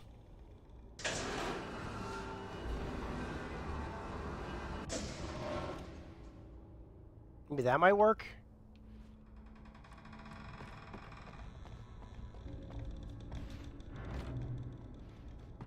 Okay. Oh, I see. Okay.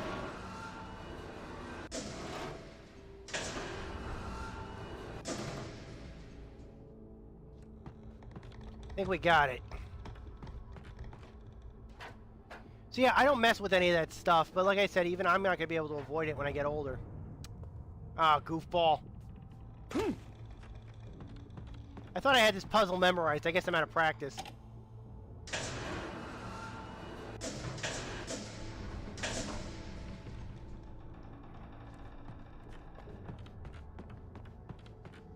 So yeah, I got to appreciate the polish that they put in this game.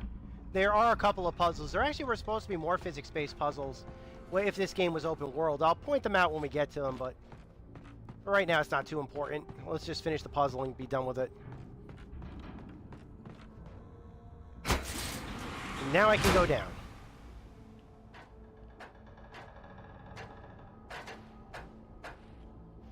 Alright, let's do this.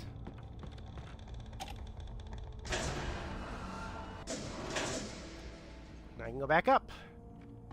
Sometimes, Mona, you have to go down to get up. Little Max Payne 2 line. Little joke there.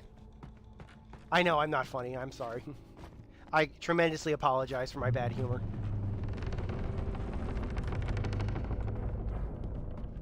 This is kind of a reason why I don't usually go to real ghost towns or real mines. They're dangerous. Let's be honest. They are dangerous. When I was younger, when I was in high school, I did go cave spelunking once. But it was with trained guards and things like that, so... I didn't go by myself, and I definitely went with trained people that did know that didn't have the caves mapped out and did know what they were doing, so...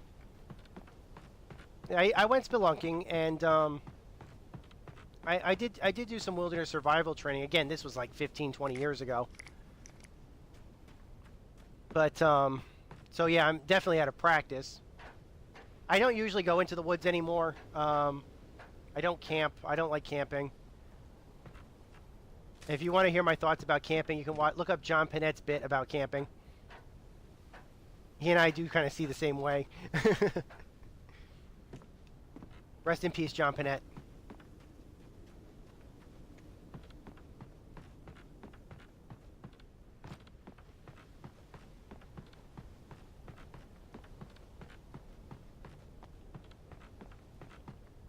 Okay, let's do this. Oh boy.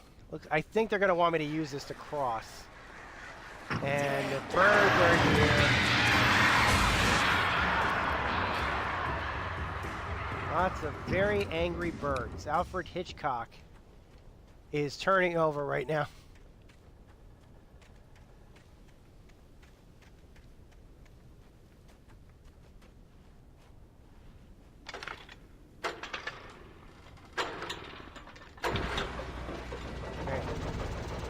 Should get the lift going. And give me a safe haven. Well, great. Another cable car. Just great. Yeah. Alright, who wants to bet that the birds are not going to attack me? Because I'm almost certain the birds are going to attack me while I'm on this thing. Did anybody think for a second that maybe the birds wouldn't attack? Place your bets. I mean, I don't have a fear of heights. My girlfriend does, and I don't...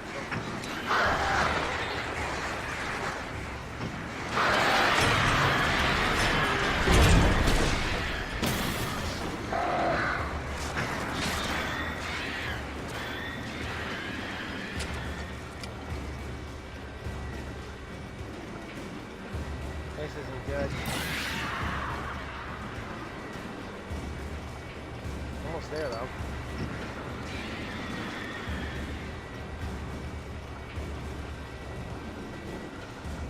This thing that's frustrating about these birds when they're up like this, you can watch them and then they're out of range, so you can't affect them with light. And then and then another group can attack them behind.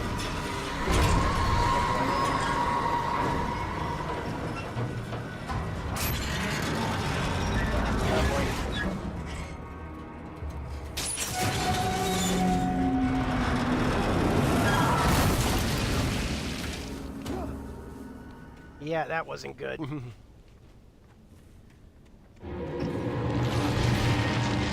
I'm jumped.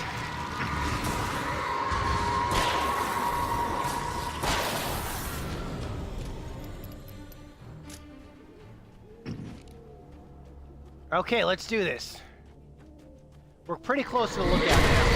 Oh boy. Just when I think I'm out. Shit. It didn't move. Guess I'll go around it.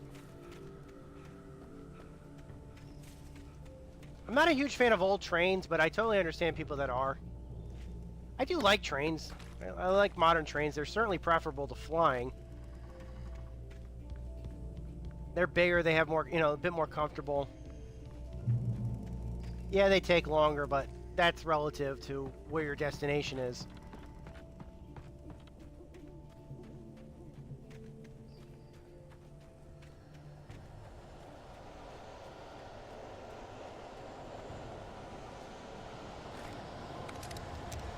Okay, we got a stove here. Still burning. There is stuff going on over here. I think there's a thermos coming up, or thermos in this area. And I just got ambushed.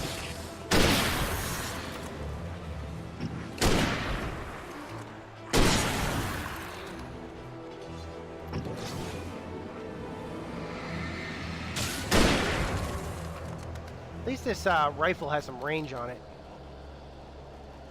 Alright, let's move on.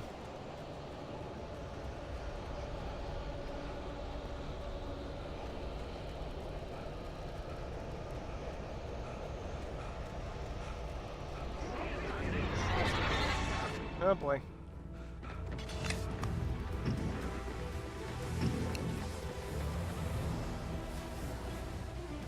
I have no idea if they're going to follow me, but we're going to find out. They're not going to cross this. like I said, so this is Cauldron Lake. We're coming up on Cauldron Lake, but from a different vantage point. The caldera is very big, and it's round, so we're kind of looking at it from a different vantage point. I know that we've looked at it from one vantage point. We've looked at it from the middle of the lake, but this is, like I said, we're coming up on it from a different side than we've gone before. And this is not a sturdy bridge at all. Please insert Temple of Doom joke here. I honestly, for the life of me, can't think of one.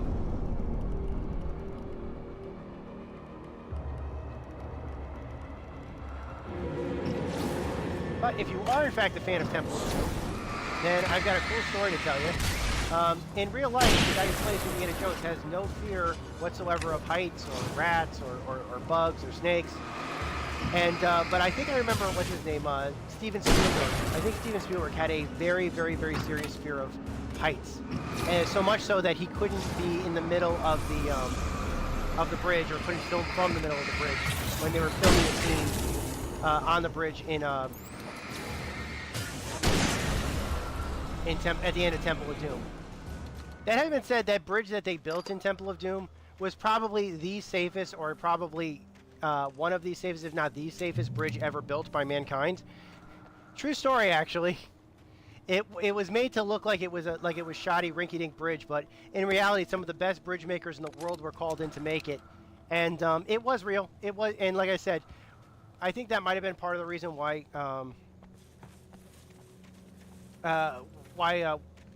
Harrison Ford wasn't afraid of it, because he knew that fact when he walked out on it.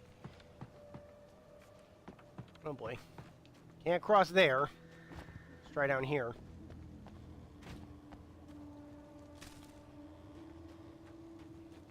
And we're almost to the kidnapper. We've almost made it to the lookout. Now we know that Alan has a serious temperament. We've seen Alan punch at least one person here and threaten several others. And at least there's some backstory also going on that Alan may have, in fact, punched a paparazzi during this. That having been said, I'm fairly certain that Alan's anger is justified. Alan's temper is certainly justified. Now, as for how he's acting right now, this is all self-defense. So, a lot of people don't, a lot of people don't like to admit that, but it's the truth. Basically, like in all of these games, no matter how many times people talk about them being violent or something, like Max Payne, for example, like even with the stylized action in Max Payne, all the deaths in Max Payne were self-defense. Like Doom or Splatterhouse, games that most people would consider extremely violent. It's all self-defense. The armies of hell did not come in peace. Halo, the monsters did not come in peace. Oh. Well, the person drawing this stuff out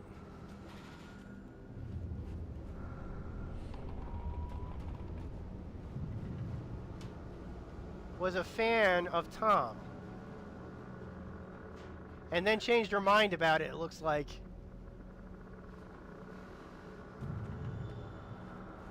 CW and TZ. Well, shall I say it? Revan, should I say it now? TZ. Thomas Zane, obviously, because we're getting references. But who's CW? Did Tom write those, or did CW write those? Is CW who's been leaving me all this stuff? I'll give you the answer later.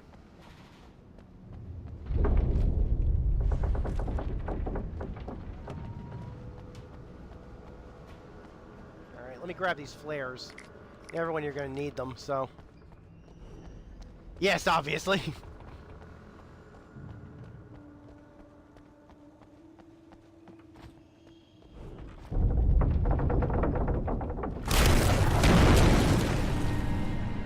And they don't make these roofs like they used to. When I'm walking on a roof that's rinky, I expect it to stay up.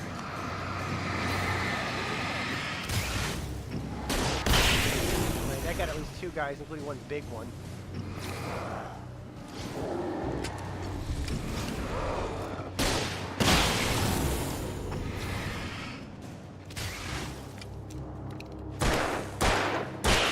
Got it.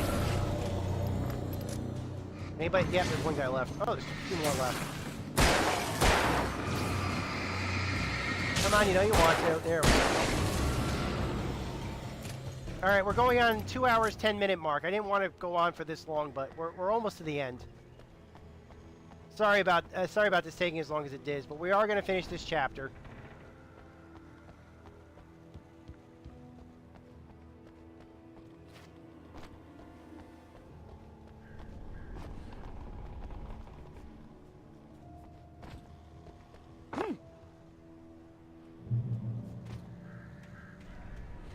Okay, we made it to the other side. Definitely made it to the other side of the house.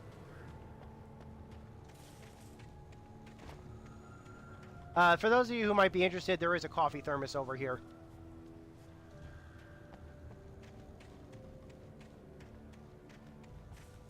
Alright, looks like we're close. I think we made it. I could see Cauldron Lake. I thought I could make out the spot where the island and the cabin had been. There was a light near it. It had to be a boat. Sounds like the kidnapper might have a boat. Not 100% certain on it, but... I was close now. I had to get there fast. I dreaded what I would find. Wait! Are you? Wait! Hey, I'm here! I'm coming! No! Get away! Sorry. Please, lady. The boss didn't know who he was messing with. I didn't know. We don't have his wife. We don't know where she is. She's probably drowned. We just said we had her to make him play ball.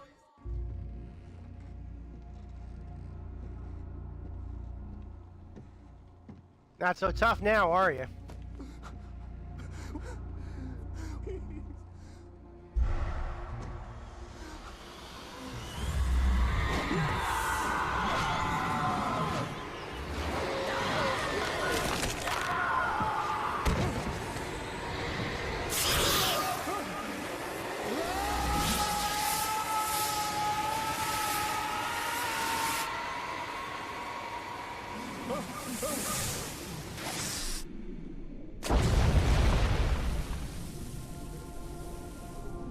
That flare probably saved his life.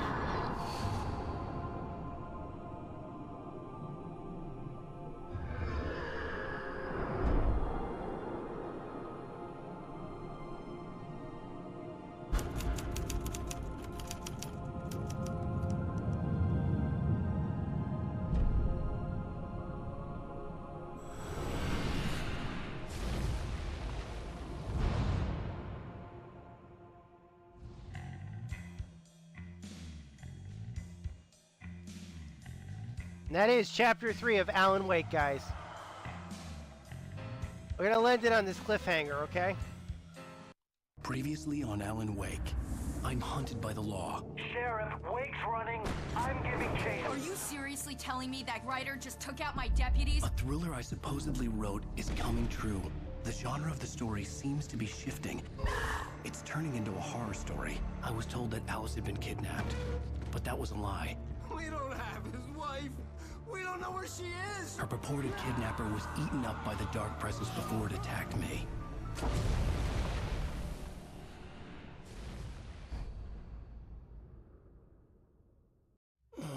Alan, shh, baby. It was just a nightmare. Alice. There you go, Alan. Hartman, I fell. I had to give you a sedative. Don't fight it. You went through another rough period. What? Right now, it's very important that you stay calm. We don't want you to have another episode. You're a patient at my clinic. Have been for a while now.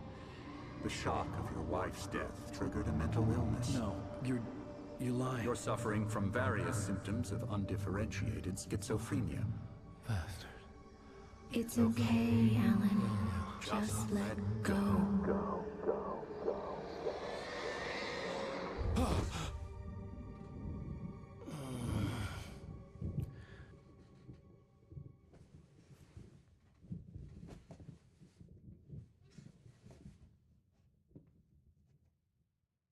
I felt groggy. Whatever Hartman had bumped in me was making me numb. I felt like this was happening to someone else. Someone I was watching on television. I couldn't think. Couldn't focus. I think I'll play a couple minutes of this. I kind of want to I kind of want to play this opening just a little bit.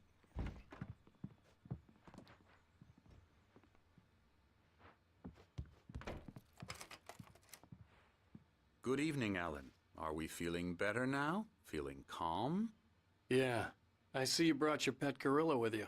So sure, I'm calm. I get the message. Loud and clear.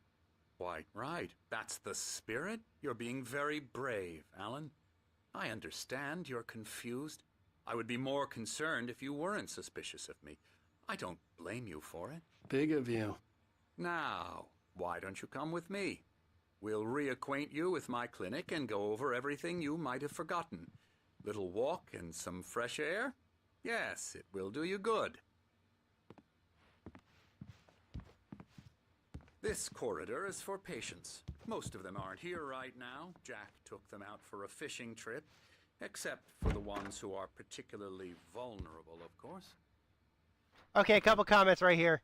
A little bit of an Easter egg. Death Rally, the very first game by Remedy. Poster there.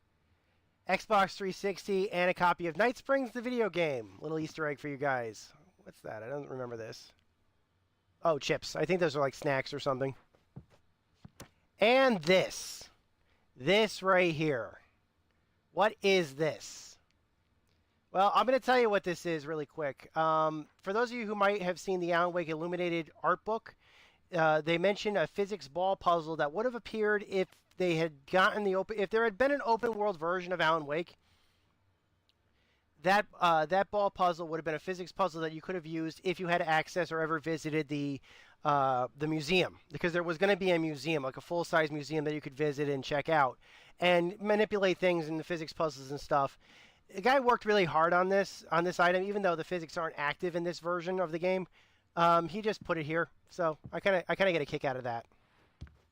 So I kind of want to share a couple. Oh, and Night Springs video game poster. I forgot about that one. So there's a couple of Easter eggs here. I kind of want to talk more about the Easter eggs later on with other stuff that's going on. Once we hit a checkpoint, I think I'll end the stream. Part of the recovery process here at Cauldron Lake Lodge. I specialize in treating artists. I bet you do. Splendid, Alan. I honestly believe we can get this thing under control if we work together. This way, Alan. I guess everybody just left their doors unlocked, but that's cool. Oh, the painter. Rooms for a painter. And I can't go in that one. Still no checkpoint, though. It's a nice view. It's the other side of the lake, but there's a hedge maze over there. Yes, I will stream tomorrow. I'm being asked, am I going to stream tomorrow, and I will. I think those are where the Andersons live. Now, Alan, from past experience with you, I know I need to get right into the heart of the matter as quickly as I can after an episode. So I'm just going to say this. Alice is dead. No. You're in a very vulnerable state until you understand and accept this. Alice drowned, and you couldn't face that. You're suffering from hallucinations, paranoid delusions, unusual thinking, an obsession about light and darkness, a feeling that everything revolves around you, your thoughts and dreams. Your mind has constructed an elaborate fantasy scenario in which your writings are affecting reality. She has been kidnapped and supernatural forces of darkness are trying to stop you. We go this way, I do like this solarium here. I wasn't ready for another shot, so I went along with it. He had to be lying. But under the influence of the drug he had given me... Okay, I think we're going to stop right here. I know this is... I should have probably stopped the stream earlier, but I kind of wanted to say a couple of things really... That probably is a good spot to stop for now. Okay, so... This is now... We are now in Chapter 4 of Alan Wake. We will continue streaming this game tomorrow. And, oh God, 140-minute stream. That means we've been going for 2 hours and 20 minutes. That is probably the longest stream I've done in quite a while. I don't think it's my longest stream, but it's definitely the longest stream I've done in a while. Revan, I hope you enjoyed the stream. I hope I shared some thoughts about it. We will be talking. No, thank you for coming, Revan, and anybody else that wants to come. If you're enjoying my archive streams and you want to see them live, I'll have the link below, and you can watch them. I'm currently broadcasting this game on Beam service, beam.pro/maniac536. No, you didn't deviate from the stream. You're fine, Revan. And I appreciate it. Please feel free to subscribe, and you'll get notified of when I decide when I stream again. But I plan on streaming, at least I plan on streaming tomorrow, and I hope to have this finished by next week. So we'll hear about that. But for right now, I know I didn't say too much about what my thoughts are for this particular portion of the story. Is this real? Is Alan? What, and a little bit more behind the scenes information about this particular section of the game, and that's because I want to leave you guys on a cliffhanger. So, yeah, I do have explanations for this. I do have behind-the-scenes information about this chapter, definitely. But I don't want to tell you just yet. I want you guys to come back tomorrow to see it. So, until next time, guys, Revan, thank you so much for joining the stream. I appreciate it. Thank you. And for your comments. Thank you all you guys for watching. And until next time, guys, my name is Maniac. Please visit my website, gameaccess.net. Take care. Over and out.